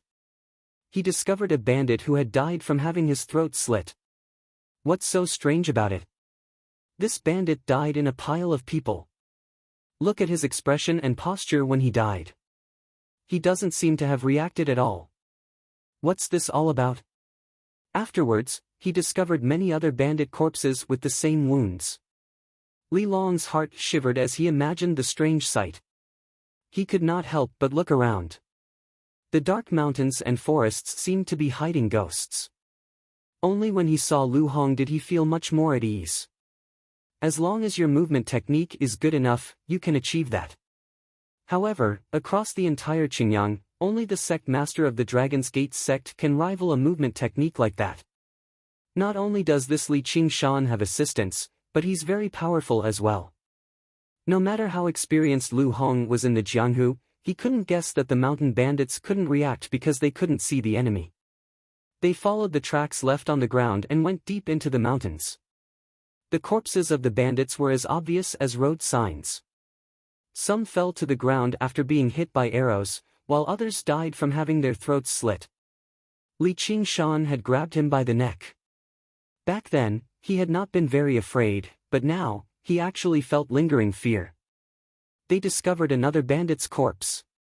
Li Long said, "The bandits are all dead. Only the third boss remains." Afterwards, they discovered a pony that had collapsed on the ground, foaming at the mouth. Before long, Lu Hong stopped and gazed below a large tree. Even he, an experienced member of the Jianghu, was extremely shocked. The blood had spread very far. The smell of blood was even heavier than around the campfire where most of the bandits had died just now. With just a single glance, Li Long could not help but vomit, as if he wanted to vomit up all the horrors he had seen tonight. For the entire night, the third boss seemed to be submerged in a nightmare that he could not wake up from. The people around him died one by one, while the god of death closed in on him step by step. The third boss circulated his movement technique and desperately fled towards the Black Wind stronghold. Although he was not as fast as the Dragon's Gate sect, perhaps the danger had stimulated his potential, so he was not slow at all. The sinister wind circled around him, chasing him closely. He did not dare to stop at all. Only when he had expended all of his inner chi did he stop. He stopped under a large tree and panted heavily. Looking down the slope, he could already see the traces of the Black Wind stronghold. Just as he smiled, twang! The arrow whistled through the air, piercing through his thigh and nailing deep into the tree trunk. Withered leaves fell like rain. The third boss ignored the intense pain. He looked at the terrifying figure walking out of the forest with a smile on his face. He was like a hunter who had caught his prey that he had been chasing for a long time. The bowstring in his hand was still vibrating. "This is the end, third boss. I admit defeat today. The Jianghu is a small place, so why not make friends?" Ah! In such a dangerous moment, the third boss actually took on the attitude of a hoodlum and began to speak in the Jianghu. However, before he could finish, an arrow pierced through him. "Don't mention that word, because you're not worthy. Come, speak. Tell me everything about the Black Wind stronghold. How many people do you have? How many bosses do you have? What martial arts does the first boss practice? If I tell you, will you spare me?" The third boss was covered in sweat. He was in pain and fear. Li Qingshan considered it for a moment. "No. I already said that you must die today. I'll give you a quick death." He did not even need to lie. He just told the third boss clearly that he wanted to kill him. He could tell him or not. The third boss said, "Fuck you. If you want to kill me, come at me. Let's see if I'll even frown." Li Qingshan smiled coldly. "That's exactly what I wanted." A red light that even he did not notice flowed in the depths of his eyes. Li Long forced himself to calm down, but his eyes avoided the corpse under the tree. "Master, should we continue chasing?" Lu Hong waved his hand. "There's no need. With such a star of evil appearing, the Jianghu will be filled with trouble from now on." He had seen many ruthless people in the Jianghu. This third boss was not inferior to them. However, it was rare to see someone so ruthless and merciless as soon as they entered the Jianghu. Who wouldn't want to vomit a few times? Only after experiencing many life and death experiences could one's heart gradually harden. Li Long said, "He's only a third-rate martial artist. He relied on a sneak attack to heavily injure the third boss. Why does Master care so much about him?" Lu Hong said, "I can only tell you that there are many people like this in the Jianghu. Not a single one of them is weak. Any martial arts in the hands of such people can display extraordinary power. Do not carelessly make an enemy out of them." "Why is that?" Li Long did not understand. Could it be that being vicious and merciless meant that one's martial arts were high? The essence of martial arts lies in killing. However, Li Qingshan, who was regarded as a star of evil by Lu Hong, was currently kneeling by the stream and vomiting. His tears flowed down his face as he vomited. In the end, the third boss bones were not as hard as he had said. He told Li Qingshan everything he wanted to know in full detail. All he wanted was to die. After killing the third boss, the red light in his eyes dimmed. He seemed to have realized what he had done. He had used an incomparably cruel method to torture a living person. But that was not all. What was more frightening was that he felt great pleasure from it. What's going on with me? A cow's hoof stepped into the stream. Li Qingshan raised his head. Oxen looked at him and said with a tone that seemed to be praising and mocking, "You're becoming more and more like a demon." Chapter 40. Oxen asked, "Do you still want to continue? Don't blame me for not warning you. You might really end up becoming a demon. As long as I have a clear conscience and can freely express my thoughts, I will have no regrets even if I end up becoming a demon," Li Qingshan said as he stood up. His confused heart was instead strengthened by Oxen's words. Oxen could not help but look at him in a different light. Even a cultivator with a firm will would feel fear and repulsion when they heard that they would fall into the path of demons and become a demon. It had already prepared itself to patiently advise him, but Li Qingshan was not too affected. He was still firm in his choice and did not show any signs of wavering. It was truly rare. However, this was also good. If he was the kind of person who would only care about this kind of thing, it would not be worth Oxen's effort. The age that Li Qingshan lived in his past life was an age of information explosion. As a shut-in, he consumed various movies and novels day and night as mental sustenance. He had come across the most diverse thoughts, as well as witnessed the most terrifying and grand spectacles. Under the impact of all kinds of information, his ability to accept things was probably something few people in this era could compare to. He would not be bound by any traditional way of thinking. This kind of advantage and strength was slowly showing itself, and he displayed a power that no magical ability or artifact could replace. No matter how strong Li Qingshan's cultivation talent was, it was difficult for Oxen to take him seriously. However, his personality was unique and completely different, which was why Oxen placed great importance on him. "Come with me." One ox and one man advanced through the pathless mountains. Oxen did not say where they were going, and Li Qingshan did not ask. After he understood the strength of the Black Wind stronghold from the third boss, he immediately knew that he was no match for them. He could only become stronger. After walking for an unknown period of time, there was suddenly a sound in the forest. As he moved forward, the rumbling sound grew closer and closer, until it was like thunder. The scenery in front of him suddenly became clear. On a cliff that was dozens of feet high, a waterfall flew straight down and fell into the pool like a jade dragon, splashing snowflake-like foam. In the center of the pool, there was a big whirlpool that kept spinning, and there were many smaller whirlpools around it. Li Qingshan stood in front of the waterfall.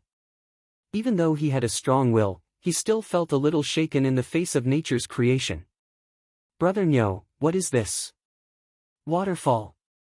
Of course I know it's a waterfall. Why did you bring me here?" "Of course it's cultivation."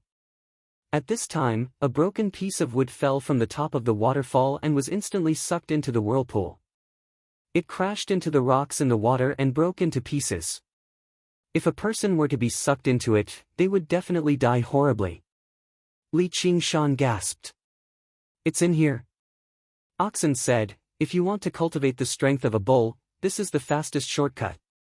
Whether you want to take it or not, it's all up to you." With that, Li Qingshan leapt into the pool resolutely. In the air, the information he had obtained from the third boss flashed through his head. The Black Wind stronghold had around 300 people, and there were a total of 7 bosses. Of course, there were 6 of them now, and 5 of them were third-rate masters. The first boss was known as the Black Bear, Xiong Xianguo. He was a true second-rate master, and he could defeat the other bosses if they worked together. Li Qingshan's current martial arts were only at the peak of the third rate. If he did not use sneak attacks, he would probably only be able to deal with 2 bosses working together. If he faced 3, he would definitely lose. He could only flee, let alone face the master of the Black Wind stronghold. He was a colossal figure that he could not defeat right now. The only good news was that once winter came, the mountains would be sealed off by snow. If the Black Wind stronghold wanted to carry out a large-scale operation, they would have to wait until spring at the very least. That was the time he had left. He had to become even stronger. Only then could he stop the Black Wind stronghold, protect the Crouching Ox village, and fulfill his promise. Various thoughts flashed through his head. He saw the water's surface grow closer and closer, and the toughness of Li Qingshan's mental fortitude appeared. He immediately suppressed all of his nervousness and fear. His mind was at peace, and he quickly adjusted his position. He sucked in a deep breath and dove into the water. Oxen muttered from the top of the pool, "I even said I'd take it step by step. I'd start meditating under the waterfall." Immediately, it felt a wave of resentment attack it. Little and stared at it fixedly, and Oxen felt slightly uncomfortable. "Brat, don't look at me like that." The rapids slammed against Li Qingshan's body. He was like a small boat in a storm, unable to control himself. He could collide with the rocks at any time and sink. Li Qingshan was quite skilled in the water, but he was unable to unleash it at all right now. He used the ox demon forges its hide, and the pain from the water against his skin vanished. Before he could even catch his breath, a black shadow pressed towards him. The rapids pushed him towards the rocks. The huge log earlier served as an example. Even with the ox demon forges its hide, he would still die from being smashed to pieces. It was far too difficult to fend off the power of nature with the body of a human. The ox demon stamps its hooves. A mouthful of true qi sank into his dantian, and Li Qingshan's body seemed to grow heavier out of nowhere. Suddenly, he plummeted and landed on the tough bottom of the pool. The rocks cracked, leaving behind 2 deep footprints. However, when he reached the bottom of the pool, the direction of the current changed again, pulling him towards the largest whirlpool. He tried his best to stay where he was, fighting against the current. Soon, he used up his breath, and a suffocating feeling gripped him tightly. In this kind of current, it was impossible to swim out of the water. As soon as his feet left the water, he would be sucked into the whirlpool by the current. Soon, he lost his consciousness. Even the deafening roar seemed to be far away. Suddenly, he felt a chill in his chest, and his true qi reacted automatically. When Li Qingshan regained his consciousness, he saw Little and pressing his chest anxiously, and the yin qi triggered the reaction of his true qi. In this moment of life and death, his true qi suddenly circulated faster, rushing into his mouth and nose. The feeling of suffocation vanished, replaced by innate true qi. Li Qingshan had never expected true qi to have such a wondrous use. He nodded at Little and to express his gratitude before gritting his teeth and releasing his feet, allowing the current to suck him into the huge whirlpool. Little and paced around the surroundings of the whirlpool for a while before suddenly making up his mind. He returned to shore and knelt down, bowing to Oxen. Oxen asked, "You want to help him?" Little and nodded violently.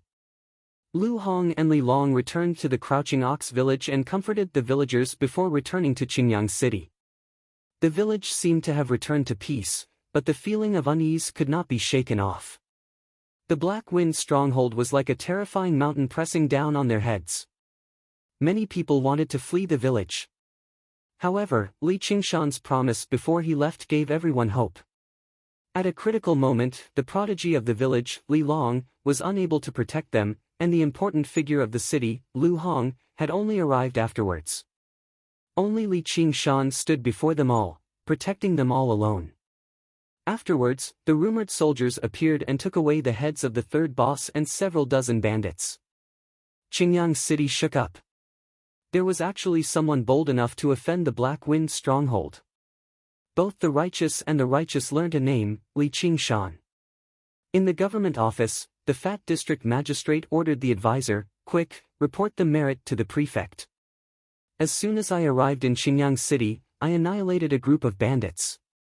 If anyone still dares to say I'm useless, hang their heads on the city gates and let the people of the city know my power. Also, find that Li Qingshan. I want to thank him in person for saving my life and give him great riches and honor. The advisor said, Sir, it's only right to report the merit to the prefect, but there's no need to hang their heads. The Black Wind stronghold is not to be trifled with. As for that Li Qingshan, he'll probably die. Yes, in the eyes of many people, Li Qingshan was already a dead man. Although they admired Li Qingshan's viciousness and martial arts, no one believed he was the opponent of the Black Wind stronghold. The Black Bear, Xiong Xiangu, was a figure who could stop children from crying at night in Qingyang City. He had made a name for himself even before Li Qingshan. The two of them were on completely different levels. Chapter 41. All the advisor could do was agree. The district magistrate's desire for silver had already overwhelmed his fear of the Black Wind stronghold, so he could not persuade him otherwise. And, the Black Wind stronghold probably would not be bold enough to openly kill an official and rebel. The fat district magistrate's aura suddenly vanished. He said softly, "It's not like I killed him. There's no need for the master of the Black Wind stronghold to make trouble for me, right?" The advisor twirled his mustache. "He probably won't, but just in case. Ask your sister for reinforcements and get the prefect to send reinforcements." The fat district magistrate said, "Yes. He might be the prefect, but he's also my brother-in-law. We're all family. As long as he sends a Hawkwolf guard, we won't have to fear anyone." Although he was chubby, his younger sister just happened to be as pretty as a flower. The prefect took a fancy to her and took her in as a concubine, so she was very doted on. His status rose as well, so he begged his sister to give him a pillow talk so that he could get a position. However, the prefect did not like him, so he casually sent him to the remote Qingyang city to become the district magistrate. Not only did it deny him the opportunity to use his connections to intimidate others, but it also kept him away from his sister. It was basically killing two birds with one stone. The advisor thought, how can the Hawkwolf guard be sent over so easily? Just finding a decent guard in the prefect's estate will be enough. Then what about Li Qingshan? The fat district magistrate thought about it and said, "He's my savior no matter what. When I see him, give him some silver and send him elsewhere. The Clear River Prefecture is so large, so where can't he go?" In the Drawn Rains village, Huang Binggu received the news. At first, he was surprised before laughing aloud. Nicely done. Ever since he had ingested the spiritual alcohol, his sickly appearance had vanished. He had become rosy and full of life.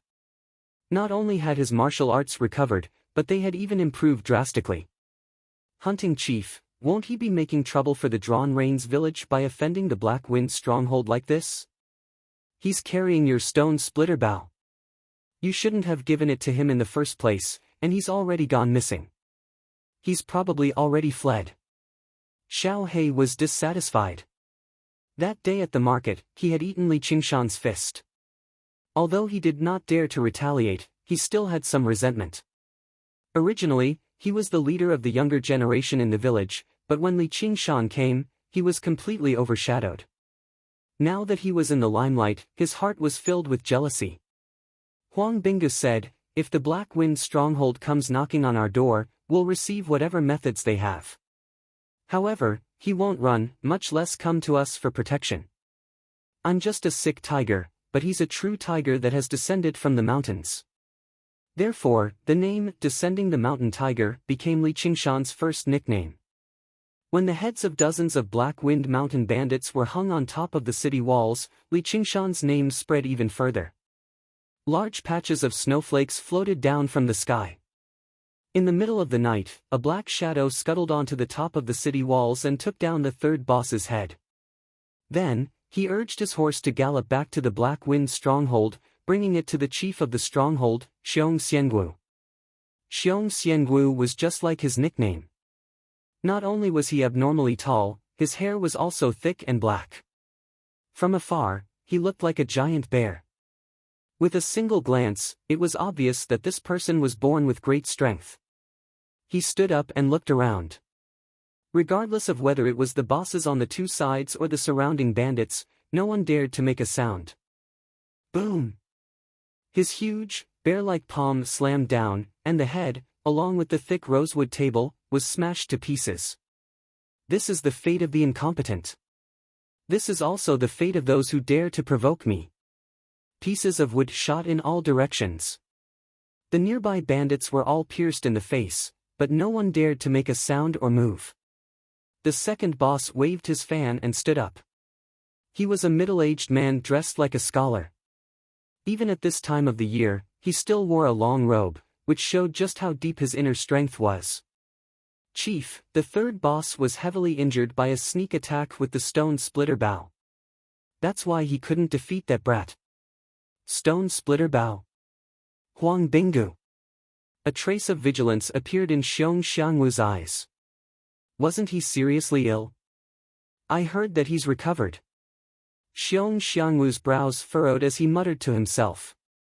On Bailao Peak, Yang Jun said, "You still haven't found him?" Anger twisted his handsome face. He had always been a good-for-nothing, so he didn't have that much patience. "Young master, I've heard some news recently." Chida said. Drawn Rain's village's Huang Binggu has recovered. What about it? Yang Jun said impatiently. Chida secretly cursed him for being an idiot. I heard that his illness is chronic, and only the spirit ginseng can cure it. Yang Jun's eyes lit up. He wanted nothing more than to immediately go to Drawn Rain's village and ask about it. However, he wasn't crazy. With a sullen face, he said, "Go get my father. The spirit ginseng isn't so easily digested. Even if he ate it, he'll have to spit it out." Amidst the clamor, no one noticed that the back of Li Qingshan's house had been dug up. The porcelain jar that contained the white bones had disappeared. Snow fell, and the pond water became even more bone-piercingly cold. It didn't show any signs of freezing. Li Qingshan crawled out of the pond water, his lips turning blue. He laid down on a patch of withered grass and looked at the gray sky above the white waterfall. The breath he exhaled turned into white mist. This kind of cultivation was practically taking one's life, but Li Qingshan insisted on squeezing out all of his true qi before he was willing to climb out of the pond to rest. Only after drinking a mouthful of spirit wine did his body regain its warmth, and his exhausted true qi began to surge again. A beast was being roasted on the bonfire, emitting a thick fragrance. Little End was squatting at the side like a professional roasting master.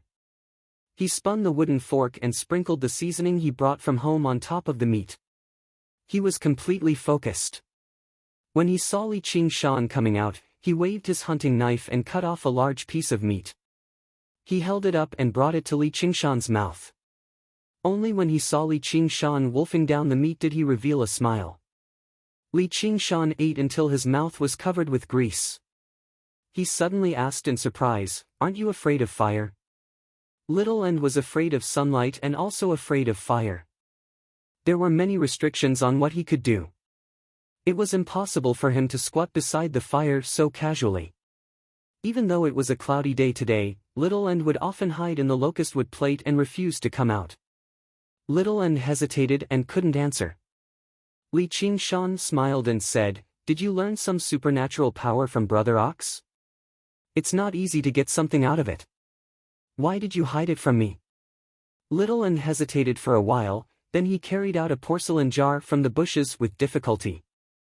Li Qingshan opened the lid and a bloody smell assaulted his nostrils. There was a small white skeleton inside, dripping with bright red blood. The two colors, red and white, were extremely glaring and bright.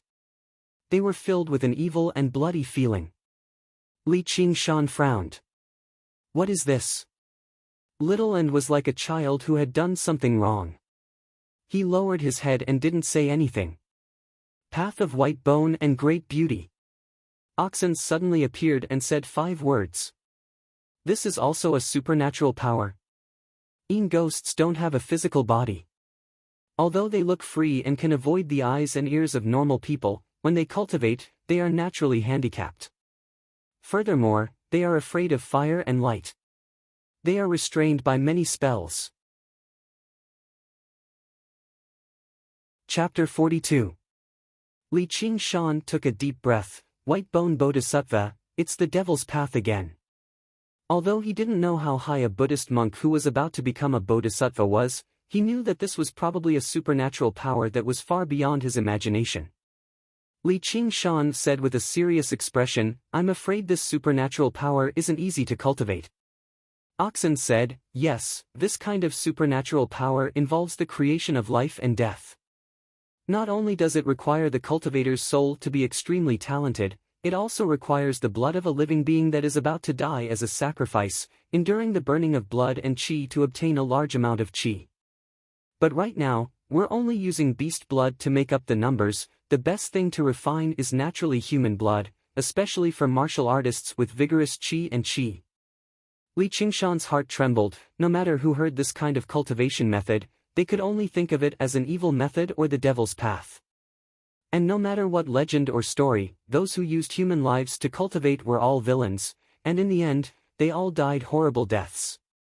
He couldn't help but ask, "Why do you want to cultivate this?"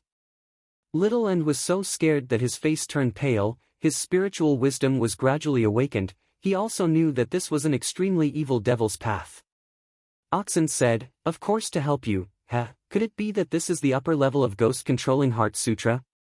Li Qingshan's whole body trembled. No longer able to say any words of reproach, he lowered his head and could only smile bitterly. "Looks like we've all followed the wrong master. We're destined to walk on this devil's path until the end." Only then did Little End calm down. He smiled shyly. A sika deer dashed through the forest, trying to avoid the chilly wind that followed it like a shadow. But in the end, its throat was slit by a hunting knife. Before the blood splattered to the ground, it was caught by a porcelain jar. As soon as the hot blood fell into the jar, the chilly wind rolled up a blood-drenched skeleton and sent it flying. White Bones sat cross-legged, like an old monk meditating. There was a mysterious feeling of a mixture of holiness and evil. If there was an eminent monk here, he might be able to comprehend the essence of Buddhism and Taoism, the cycle of life and death. Li Qingshan could only watch on as Little End attached himself to the white bone and refined the blood energy. The blood energy rose up like blossoms of blood flames. Little End frowned. His soul trembled as he withstood a great deal of pain. Most of the demonic path's divine arts took shortcuts, but shortcuts were also dangerous. One had to pay an enormous price and take an enormous risk. The pain of having one's soul burned by blood energy was even worse than having one's body burned by fire. One had to rely on great willpower to maintain their sanity. Cultivating supernatural powers wasn't something that an ordinary person could do. Li Qingshan clenched his fists tightly. He felt as if there was a ball of fire burning in his heart, an unbearable heat. The pain that Little End had suffered at Witch's side was probably not even 1/100th of what he was experiencing now. He reached out to stop her. Oxen said, "This isn't just for you. You have something you want to do, a wish you want to fulfill." He is the same. This is his freedom. His wish. Yes, his wish is to help you. Oxen couldn't help but laugh at his own witty words. But as he saw that Li Qingshan wasn't smiling, he restrained his smile. "Did you know? When I agreed to this little demon, he was so happy. And now he is also very happy. As long as he can fulfill my wishes, he will have no regrets no matter what he does. Didn't you say that yourself?" After a long time, the blood energy was completely refined and fused into the white bone. A faint layer of dark red appeared on the white bone. Li Qingshan took out the spirit ginseng and a drop of ginseng liquid. He placed it between Little End's eyebrows. Little End closed his eyes and fell into a deep sleep. Li Qingshan turned around and jumped into the cold pond once again. Only by doing so could he calm his heart. The days passed quickly. The 10,000 mountains were covered in snow. Li Qingshan went into the water every day to cultivate. Almost every day, he would get a body full of injuries before coming back up. If it weren't for his extraordinary physique and the constant nourishment from the spirit wine, his body would have collapsed long ago. Little End constantly hunted wild beasts. At first, he only used the blood of small herbivores like hares and gazelles to cultivate. Later on, he used the blood of carnivores like tigers and leopards that were full of blood energy and killing intent to cultivate. The two of them seemed to be in a competition. They practiced with all their might. The taste of the spirit wine made from the spirit ginseng also became fainter and fainter. Until a month later, the waterfall was still roaring and the whirlpool in the pond was still spinning. In the center of the whirlpool, one could vaguely see the figure of a person dancing in the water. Against the boundless torrent, as if facing countless enemies, Li Qingshan used the ox demon's fist of great strength in the water. Every move and form was the same as when he was on land. He didn't lose his form at all, but instead was filled with a heavy strength. The ox demon tramples its hooves stabilized his body. The ox demon forges its hide blocked the torrent, and the ox demon butts its horns attacked the whirlpool. His true chi also spun like the whirlpool, forming a small cyclone. The true chi flowed to his limbs and bones at an increasing speed. The pond water surged, 10 times more turbulent than usual. Li Qingshan punched out. Boom! Like thunder exploding in the water, a terrifying aura came from the water, startling countless birds and beasts. Little An's heart skipped a beat. It was as if some terrifying beast had been released, far more powerful than wolves, tigers, and leopards. He stared at the surface of the water. The water had calmed down, and the spinning whirlpool had actually disappeared. A smile appeared in the green ox's eyes. A tall figure jumped out of the deep pond and landed on the rock. Li Qingshan's bronze-colored body was as sturdy as an ox, as if he was carved out of rock. Every muscle was filled with explosive power. His fist smashed on the rock beneath his feet. Boom! It didn't sound like flesh hitting the rock, but more like a rock hitting another. After a moment of silence, kacha-kacha. The huge rock that had been polished by the pond water for countless years cracked, and finally shattered. Before the rock shattered, Li Qingshan had already jumped to the edge of the pond. Looking at his hands, he muttered, "This is the strength of an ox?" He felt as if there was endless power in his body. His entire body seemed to have been reborn. If he met a third-rate expert like the third boss again, he would only need one hand to crush him to death, and he wouldn't be able to harm a single hair on his body. Oxen said, "You've finally learned the basics." Li Qingshan picked up the stone splitter bow and drew it like a crescent moon. The originally tough metal bow was now as soft as a regular wooden bow. Twang! Twang! Twang! Li Qingshan plucked the bowstring again and again. He had actually used the rapid arrow technique with a 3-pickle bow. With this series of shots, the bowstring boomed. The sound of it vibrating seemed to cut through the air. Li Qingshan felt like he still had power to spare, so he did not stop. With a great roar, he shot up, down, left, right, and in all directions. Power, endless power. It was as if as long as he wanted it, he could do anything and defeat all enemies. Now this was the feeling of a supernatural ability. It did not belong to any martial arts of the mortal world. Little An watched on from one side.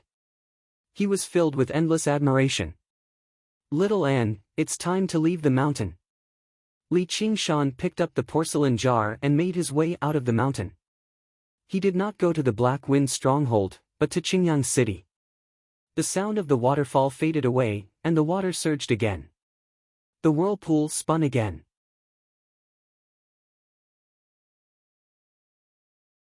Chapter 43. Li Qingshan did not return to the Crouching Ox village. At the very least, the small village was still safe and sound right now. He did not go to the Drawn Reins village either. He did not want to bring his troubles to others, nor did he directly attack the Black Wind stronghold. He had already fallen out with the Black Wind stronghold, and once spring arrived, the Black Wind mountain bandits would probably move out and massacre the small village that had raised him. He sneered inside. "You treat me as an enemy, so why wouldn't I treat you as an enemy? I will definitely kill my way into the Black Wind stronghold and take the head of the famed master of the Black Wind stronghold. Only then will I feel at ease after I make him guilty of all his crimes and die a horrible death." Why did he train so hard? It was to kill all of his enemies. However, before that, he needed to make some preparations. He did not even have a suitable weapon on hand.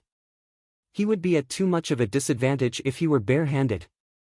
Even a lion would use its full strength to catch a rabbit, not to mention the fact that the 200 bandits of the Black Wind stronghold were not 200 rabbits. Every single one of them had taken lives on their hands. They were extremely vicious. Once he charged in, it would no longer be a fight of the Jianghu. Instead, it would be a fight on the battlefield. If he were still careless, then there would be something wrong with his head. The arsenal of arms in Qingyang City was an extremely renowned weapons store. He planned on checking it out, but he had to spend money to buy weapons.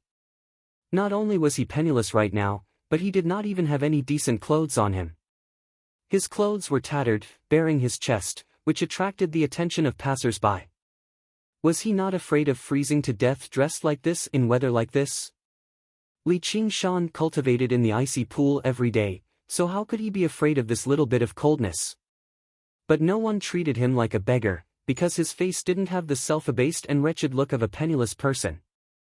Instead, it was brimming with strong self-confidence, as if no matter what difficulties he encountered, he could use his hands to solve them. As he strolled around, he admired the city that was filled with a classical style. He did not go out of his way to hide the fact that he was a country bumpkin. A carriage suddenly sped over. The driver waved his whip and yelled, "Piss off! Piss off!" He watched as the passers-by dodged in a mess and laughed complacently. Everyone felt indignant as they watched the carriage drive off into the distance, but no one dared to say anything. This was a great aristocrat of Qingyang City. Let alone chasing away pedestrians, even if the carriage of the Zhang estate killed someone, they would just have to pay compensation at most. The coachman suddenly saw a ragged silhouette in front of him, as if he could not hear his voice and did not know how to dodge. He cursed loudly, "Stinky beggar, get lost." He did not pull the reins and let the carriage crash into him. The pedestrians also called out to be careful. Just as the carriage was about to collide with the beggar dodged sideways and dodged by a hair's breadth. Before the coachman could react, the carriage came to an abrupt stop and he flew out like a cloud. Things were rolling around in the carriage, and a woman's screams could be heard. The two horses pulling the carriage raised their hooves and neighed loudly, but the carriage seemed to be enchanted. It was fixed in place, squeaking but unable to move a single step forward. The coachman stood up with a carp flip. He was actually quite good at this. Just when he was about to curse aloud, he saw the passers-by staring at the back of the carriage dumbfounded. Li Qingshan grabbed the frame of the carriage with one hand as his feet were planted deeply into the ground, but he did not move at all. He did not move, so the carriage obviously could not move either. The coachman gulped. What kind of power was this? A young man in embroidered clothes reeking of alcohol leapt out of the carriage. "Lai Fu, what the hell are you doing?" However, Lai Fu pointed at Li Qingshan and cursed, "Stinky beggar, stay away from my carriage. If you touch me, I'll chop off your hand." He was drunk, so he did not notice that Li Qingshan was currently grabbing his carriage. "I'm not a beggar. I'm Li Qingshan." Li Qingshan stated his name. He wanted to teach this wastrel and this arrogant servant a lesson. "What Li Qingshan?" The young man's eyes were dazed and filled with disdain. Towards the end, his tones suddenly changed, as if someone had grabbed him by the neck. He sobered up too. Which Li Qingshan is it?" Li Qingshan said in confusion, "You recognize me?" The coachman wailed, "Young master, it's the descended tiger." His face that was originally flushed red suddenly paled. "Descended tiger? What's that?" Just as Li Qingshan frowned, the young master knelt down with a thump. No, it's this lowly one who has offended you. Please spare me, young hero." Afterwards, he removed the money pouch from his waist and offered it up with both hands. "Treat this money as my apology to the young hero." The bystanders had never seen the young master of the Zhang family behave in such a subservient manner. They all raised their eyebrows, but when they heard the words "descended tiger," their gazes towards Li Qingshan immediately changed. There was admiration mixed with fear. Li Qingshan weighed the money pouch in his hand. There really was quite a lot of money inside. It was enough for him to buy a set of decent clothes, eat a full meal in the best restaurant, and have a good night's sleep in an inn. But how strange. It's not like I plan on killing you. At most, I'll just give you a few light punches. I don't even dare to use force, so why are you so scared? He could instinctively sense that the reason why the young master was so scared of him was not because of his skill in stopping the horse. However, when he saw how the young master was scared to the point of wetting his pants, he lost all interest in teaching him a lesson. He picked up the money pouch and walked away. Only when he saw Li Qingshan walk away did the young master climb up from the ground as his legs weakened. He glanced at the end of the street in fear. Li Qingshan was actually right in front of him. That was a terrifying figure who had killed several dozen people. No matter how arrogant and despotic he was not bold enough to act up before a person like that. His face reddened from the mockery of the pedestrians.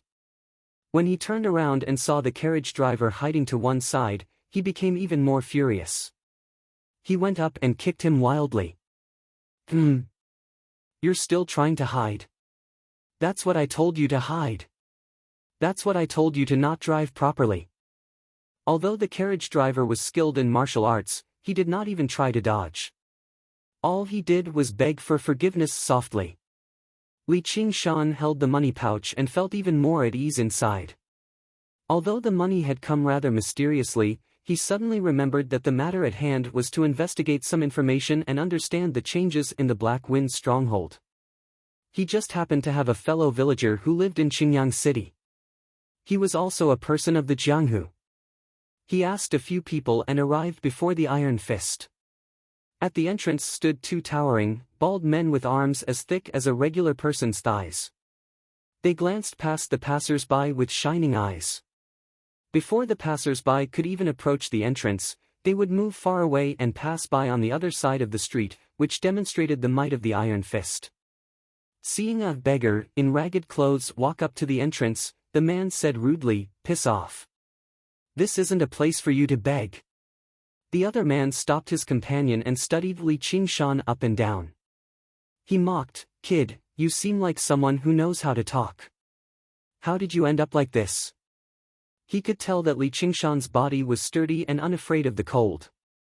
Li Qingshan said, "I'm looking for someone. Please pass on a message. He's called Li Long, tell him that I'm from the same hometown as him. I'm called Li Qingshan." The two men were originally unconcerned. Only when they heard the two words, Li Long, did they become cautious. He was the beloved disciple of the sect master. When they heard the two words, Li Qingshan, their faces changed drastically. The descended tiger, Li Qingshan. Only then did Li Qingshan understand that the descended tiger referred to him. He grumbled and sighed, "What kind of stupid nickname is that?" The people of the Jianghu were uncultured, but he did not want to be associated with wolves, tigers, and leopards. Chapter 44. Little, hunting chief, your body. My body has recovered. Have the people of the Black Wind stronghold and the Dragon's Gate sect left? They still refuse to leave. They insist on seeing the stronghold master. Just say I'm heavily ill, so it's inconvenient for me to see him. If anyone dares to barge in, don't hold back. Shoot them dead. Huang Binggu placed his hands on the stove. How bold of you, hunting chief Huang. You want to shoot even my people dead? A voice suddenly rang out from outside. The door shattered, and a fierce gust of wind swept in. A refined, middle-aged man with a sword hanging from his waist stood at the entrance. However, his gaze was as sharp as a sword, flickering with light. He was not as gentle as he seemed on the surface. Huang Binggu dared not tarry either. He leapt up and clasped his fist. Sect Master Yang, long time no see. Within a radius of 50 kilometers, there was only a single person who could be referred to as a sect master. He was the sect master of the Dragon's Gate sect, Yang Anji. His Dragon's Gate sword style was renowned, and his movement technique was wondrous. In terms of martial arts alone, he could be regarded as the greatest in Qingyang. If the descendants of the nearby large sects and clans wanted to practice martial arts, they would all be sent to the Dragon's Gate sect.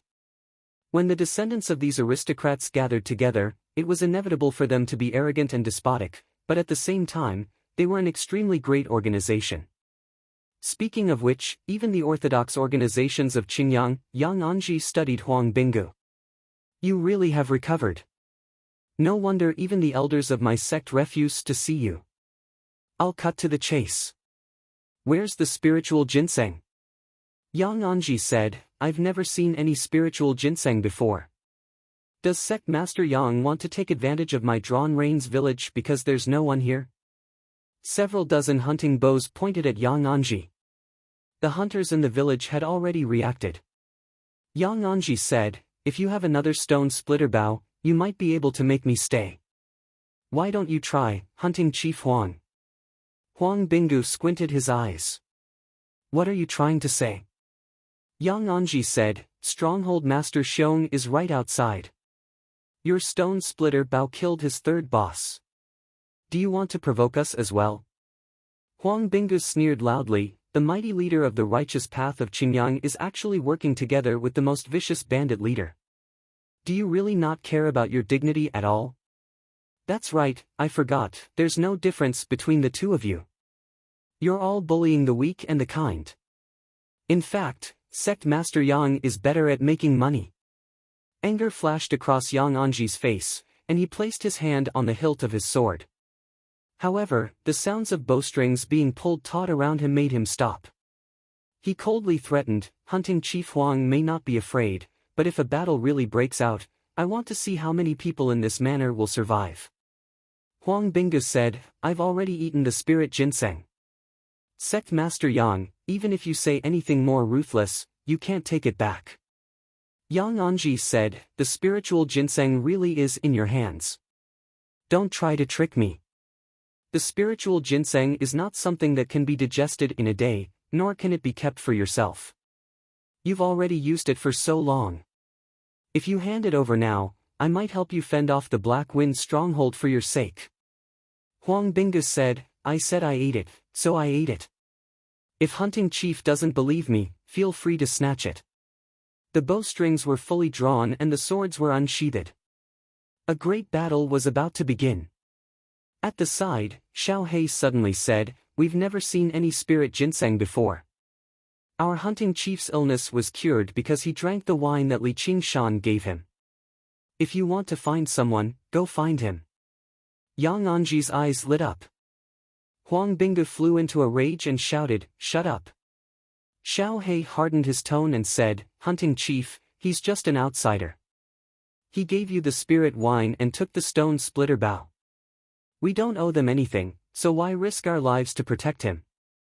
I'm just thinking for the manner. Yang Anji smiled and said, so that's how it is. I've wronged Brother Huang. No wonder that Brat's martial arts improved by leaps and bounds. I'll take my leave now. He used his Qinggong and floated away. If Li Qingshan was here, he would know that this person's Qinggong was 10 times better than his son Yang Jun and his group of disciples. The hunters did not dare to shoot without orders. Yang Anji said from afar, Hunting Chief Huang is indeed good at managing his subordinates. The disciples of the manor always consider the bigger picture. Huang Binggu's expression became even more unsightly. The leader of any faction had to have absolute authority. As long as he made a decision, regardless of whether it was right or wrong, his subordinates would not easily disobey. Li Qingshan saved my life before. He gave me the spirit wine despite the risk. He trusted me. Otherwise, no one would know that he had the spirit ginseng. You're setting me up for injustice. Xiao Hei knelt down and said, Xiao Hei is willing to accept death. The group of hunters gathered around and advised, Hunting Chief, Xiao Hei is doing this for the sake of the manor. So many days have passed, and Qingshan has already escaped to who knows where. There's no need for us to resist. Li Qingshan looked at the large man who scrambled off to report the situation before looking at the trembling man at the entrance. He asked in confusion, "Am I that scary?" The man left behind could only blame himself for being too slow, allowing his companion to beat him to it. As for whether he was scary or not, he dared not answer the question. All he knew was that the young man before him had personally killed several dozen mountain bandits. He had even obtained inside information that he had tortured and killed the famous third boss of the Black Wind stronghold in Qingyang to death. If a person like that was not scary, what was scary? One was a ferocious-looking man of the Jianghu in his 30s. Any regular person would feel fear when they saw him, while the other was a 15-year-old boy who still had not shed his childishness. He did not seem ferocious at all. However, when the former saw the latter, it was like a mouse seeing a cat. It was rather strange. Li Qingshan suddenly understood that his reputation had already been established. Although it had started with the rather unpleasant nickname of Descended Tiger, it was enough to deter thieves and robbers. A while later, Li Long came out to receive him. When he saw Li Qingshan, his heart suddenly skipped a beat. He was afraid to make eye contact with him. He thought of the bloody scene he had seen in the mountains a few days ago, and an unsuppressible fear rose up in his heart. He smiled unnaturally and said, "It's Qingshan. Our sect master invites you." Li Qingshan followed him in and made his way around the screen wall with the word "Marshal" written on it. He passed through the courtyard and arrived in the training grounds. All he saw were 2 rows of bare-chested men, welcoming him. However, their expressions were unfriendly. The sect master of the Iron Fist, Lu Hong, sat boldly on the armchair and said sternly, "You're the Descended Tiger, Li Qingshan." Li Qingshan frowned. Both because of this display of might and because of his nickname of the Descended Tiger, if someone told him right now that he could get a better nickname as long as he killed someone, he would definitely charge over and finish them off without the slightest hesitation. "The sect master is asking you a question." The man closest to Lu Hong called out loudly. His muscles bulged and were covered in tattoos. His temples bulged slightly, clearly a master of both internal and external martial arts. Li Qingshan estimated that this person's strength surpassed the third boss. No wonder he was bold enough to speak to him like that. The Iron Fist was able to reign supreme in Qingyang City, so they definitely had something up their sleeves. Li Long said in a hurry, "Please calm down, first senior brother. Qingshan is from the village. He's inexperienced." Then he tugged on Li Qingshan's sleeve. "Why don't you greet my master?" Li Qingshan clasped his hands casually. "Greetings, old hero Lu." However, he did not show much respect. Lu Hong frowned, and the disciples of the Iron Fist on both sides became furious. Li Long blamed him for being insensible. "You've already offended the Black Wind stronghold. Only by asking Master to make a decision and then getting Huang Bingu of the Drawn Reins village to step forward can you settle this. Master is a mighty second-rate master. Isn't he worth a bow from you? This is our first senior brother. People in the Jianghu call him." Li Qingshan waved his hand and interrupted him. "There's no need to remember the name of a small fry." He was not an impolite person, but someone had been impolite to him first, so he definitely would not be polite. Chapter 45. Eldest senior brother, please don't be angry. Li Long tried to stop eldest senior brother, but eldest senior brother grabbed his shoulder and threw him aside like he was grabbing a chicken. Then, eldest senior brother punched Li Qingshan. "Wang Lei, stop!" Lu Hong shouted.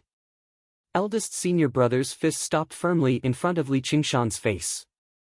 He shouted, "Master, let me teach this arrogant brat a lesson." Li Qingshan was annoyed. "I wanted to ask you something, but since you're so busy, I'll take my leave first. If you have something to say, just say it. What's the point of pretending? Brat, you're going to die soon." As expected, Li Qingshan stopped. "Oh, what do you mean?" Lu Hong said, "The Black Wind stronghold is looking for you everywhere. It's fine if you hide, but if you dare to show your face in public, you'll definitely die. Li Qingshan said, then, according to the normal development, I'll ask you how I can escape this disaster. As long as you agree to join Iron Fist, I have a way to save your life. This was Lu Hong's goal. Iron Fist was a gang, not a sect. It didn't require the members to be disciples. The talent and strength that Li Qingshan showed at such a young age was enough to move anyone in Jianghu. However, as a veteran of the Jianghu who had made a name for himself a long time ago, Lu Hong obviously would not beg Li Qingshan to join him. Perhaps he would try to take him down a notch first, cutting down Li Qingshan's reputation a little so that he would understand the immensity of the world. Then, he would try to persuade him with kind words so that he could understand the bright future of joining the Iron Fist school. But Li Qingshan's rudeness had angered him. But now, I've changed my mind. Do you really think that after killing dozens of bandits and a leader of the Black Wind stronghold, you're someone important? Li Qingshan said, that's great. If there's nothing else, I'll take my leave first. Stop right there. Lu Hong finally moved. When he didn't move, it was fine, but when he moved, he was like a furious lion roaring. With one step, he landed in front of Li Qingshan. Li Qingshan had goosebumps all over his body. It was as if he was being stared at by a ferocious beast. He instinctively became vigilant. He chuckled and said, you are a Jianghu man after all. If you can't win with words, you will try with force. Take this old man's fist.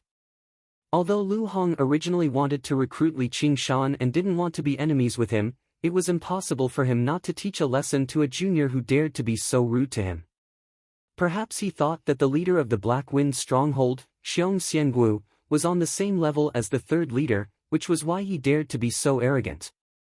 If that was the case, he would have to show him the absolute difference between a second-rate expert and a third-rate expert. Wait. What, are you afraid? Lu Hong asked in a deep voice. Master is mighty.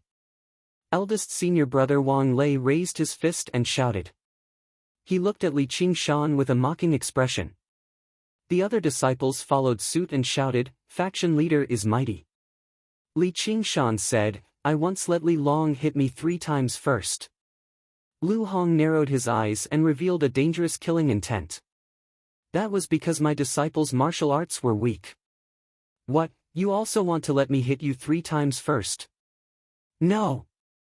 Before Lu Hong's expression softened, Li Qingshan continued, seeing that you are an old man, I want to let you hit me 10 times first. Great humiliation. These were the only words in Lu Hong's mind. At that moment, he really wanted to kill Li Qingshan. Then come. Wait. What do you want now? Old hero Lu, you are also a well-known figure in the pugilistic world. I can't let you hit me for nothing. Li Qingshan thought for a while. 1 punch for 10 taels of silver. That's not expensive, right? I have no enmity with you. If I fight with you, even if I win, I won't get a single copper coin. Instead, I will make an enemy out of nowhere. Coincidentally, I don't have money to buy weapons, so I have to find a way to earn some. After thinking about it, only this divine power counts as a skill. This sentence completely angered Lu Hong. It was as if he was mixed up with a juggler. He was so angry that he laughed. Fine, fine, fine. I'm afraid you won't have the life to spend it. Li Long hurriedly went forward to stop him. He had seen with his own eyes that Lu Hong used his iron fists to split stones. If he hit a person, wouldn't that person be smashed into meat paste? Moss, but it was too late. Bang, bang, bang, bang, bang. The shadows of the fists were like galloping horses, fast and heavy. In an instant, 5 punches landed on Li Qingshan's body. Before Li Long could say the word fu, the biting cold wind from the fists blew so hard that the people nearby could not open their eyes, let alone go forward. The momentum of the fists came and went quickly. While everyone was still immersed in the power of the 5 punches, Lu Hong was already standing with his hands down. He sighed softly. Sigh, I broke my vow to kill again today. Li Long was dumbfounded. He couldn't even say the words, mercy. Eldest senior brother Wang Lei was the first to react. He shouted, Master is mighty. 50 taels of silver. Li Qingshan suddenly opened his mouth. Lu Hong's eyes widened. However, he heard Li Qingshan praise him. What a heavy punch. I almost couldn't take it. His complexion remained the same. He did not seem like he could not take it at all. Instead, he seemed like an unscrupulous merchant, tricking customers into buying more and making more money. That was indeed the case. After cultivating the strength of an ox, the ox demon Forge's its hide had undergone an earth-shattering change. The original ox demon Forge's its hide gave people the feeling that it was just a powerful external martial art. Now, it could be considered to have the true power of the supernatural power. A tough membrane formed between his skin and flesh. When the heavy punch that could shatter rocks landed on him, it felt like it had landed on rubber. All of the force was nullified, and the dense inner force in the fist was dissolved by true qi as soon as it entered his body. The punches of second-rate masters could no longer harm him. With ease, he had earned 50 taels of silver in a second. Even robbing the rich to help the poor was not that quick. And, unless he had no other choice, he did not want to do something as shady as climbing over walls. Though, does this count as a business of flesh? Before he could think too much about it, the Iron Lion bellowed out and lunged over. Just how many years had it been? Ever since he returned to Qingyang City to retire, he had never been so humiliated, and he had done it before so many disciples. The heavy punches were like a storm, swallowing up Li Qingshan. 80 taels, 90 taels, 100 taels. You still want to fight? 300 taels. 500 taels. Li Qingshan's voice rang out clearly from the storm, constantly stimulating Lu Hong's nerves. The disciples had already become dumbfounded from this. In the beginning, Lu Hong had been full of vigor, but he was old after all. His stamina was waning, so before long, he began to pant and sweat like rain. Li Qingshan could not bear to watch this. He wanted to say, Sir, you can't get through my defenses. However, when he thought of his money-making plan, he could only hold back his benevolence and allow him to continue beating him up. Just the two words, Iron Fist, were enough to completely overwhelm Li Qingshan. This was not to say that fists were completely inferior to weapons. As a matter of fact, to masters of martial arts like him, fists were even easier to unleash their inner force, shattering the enemy's organs in a single stroke. It also possessed the effect of shaking up the enemy. As long as he gained the upper hand in close combat, it would be extremely easy for him to kill his opponent. However, he just happened to run into a freak like Li Qingshan. Lu Hong did not lose because his skill was inferior, but because he practiced martial arts, while his opponent practiced supernatural abilities. Lu Hong breathed heavily as he punched Li Qingshan's chest powerlessly. Li Qingshan said, that should be enough. He glanced at Li Long.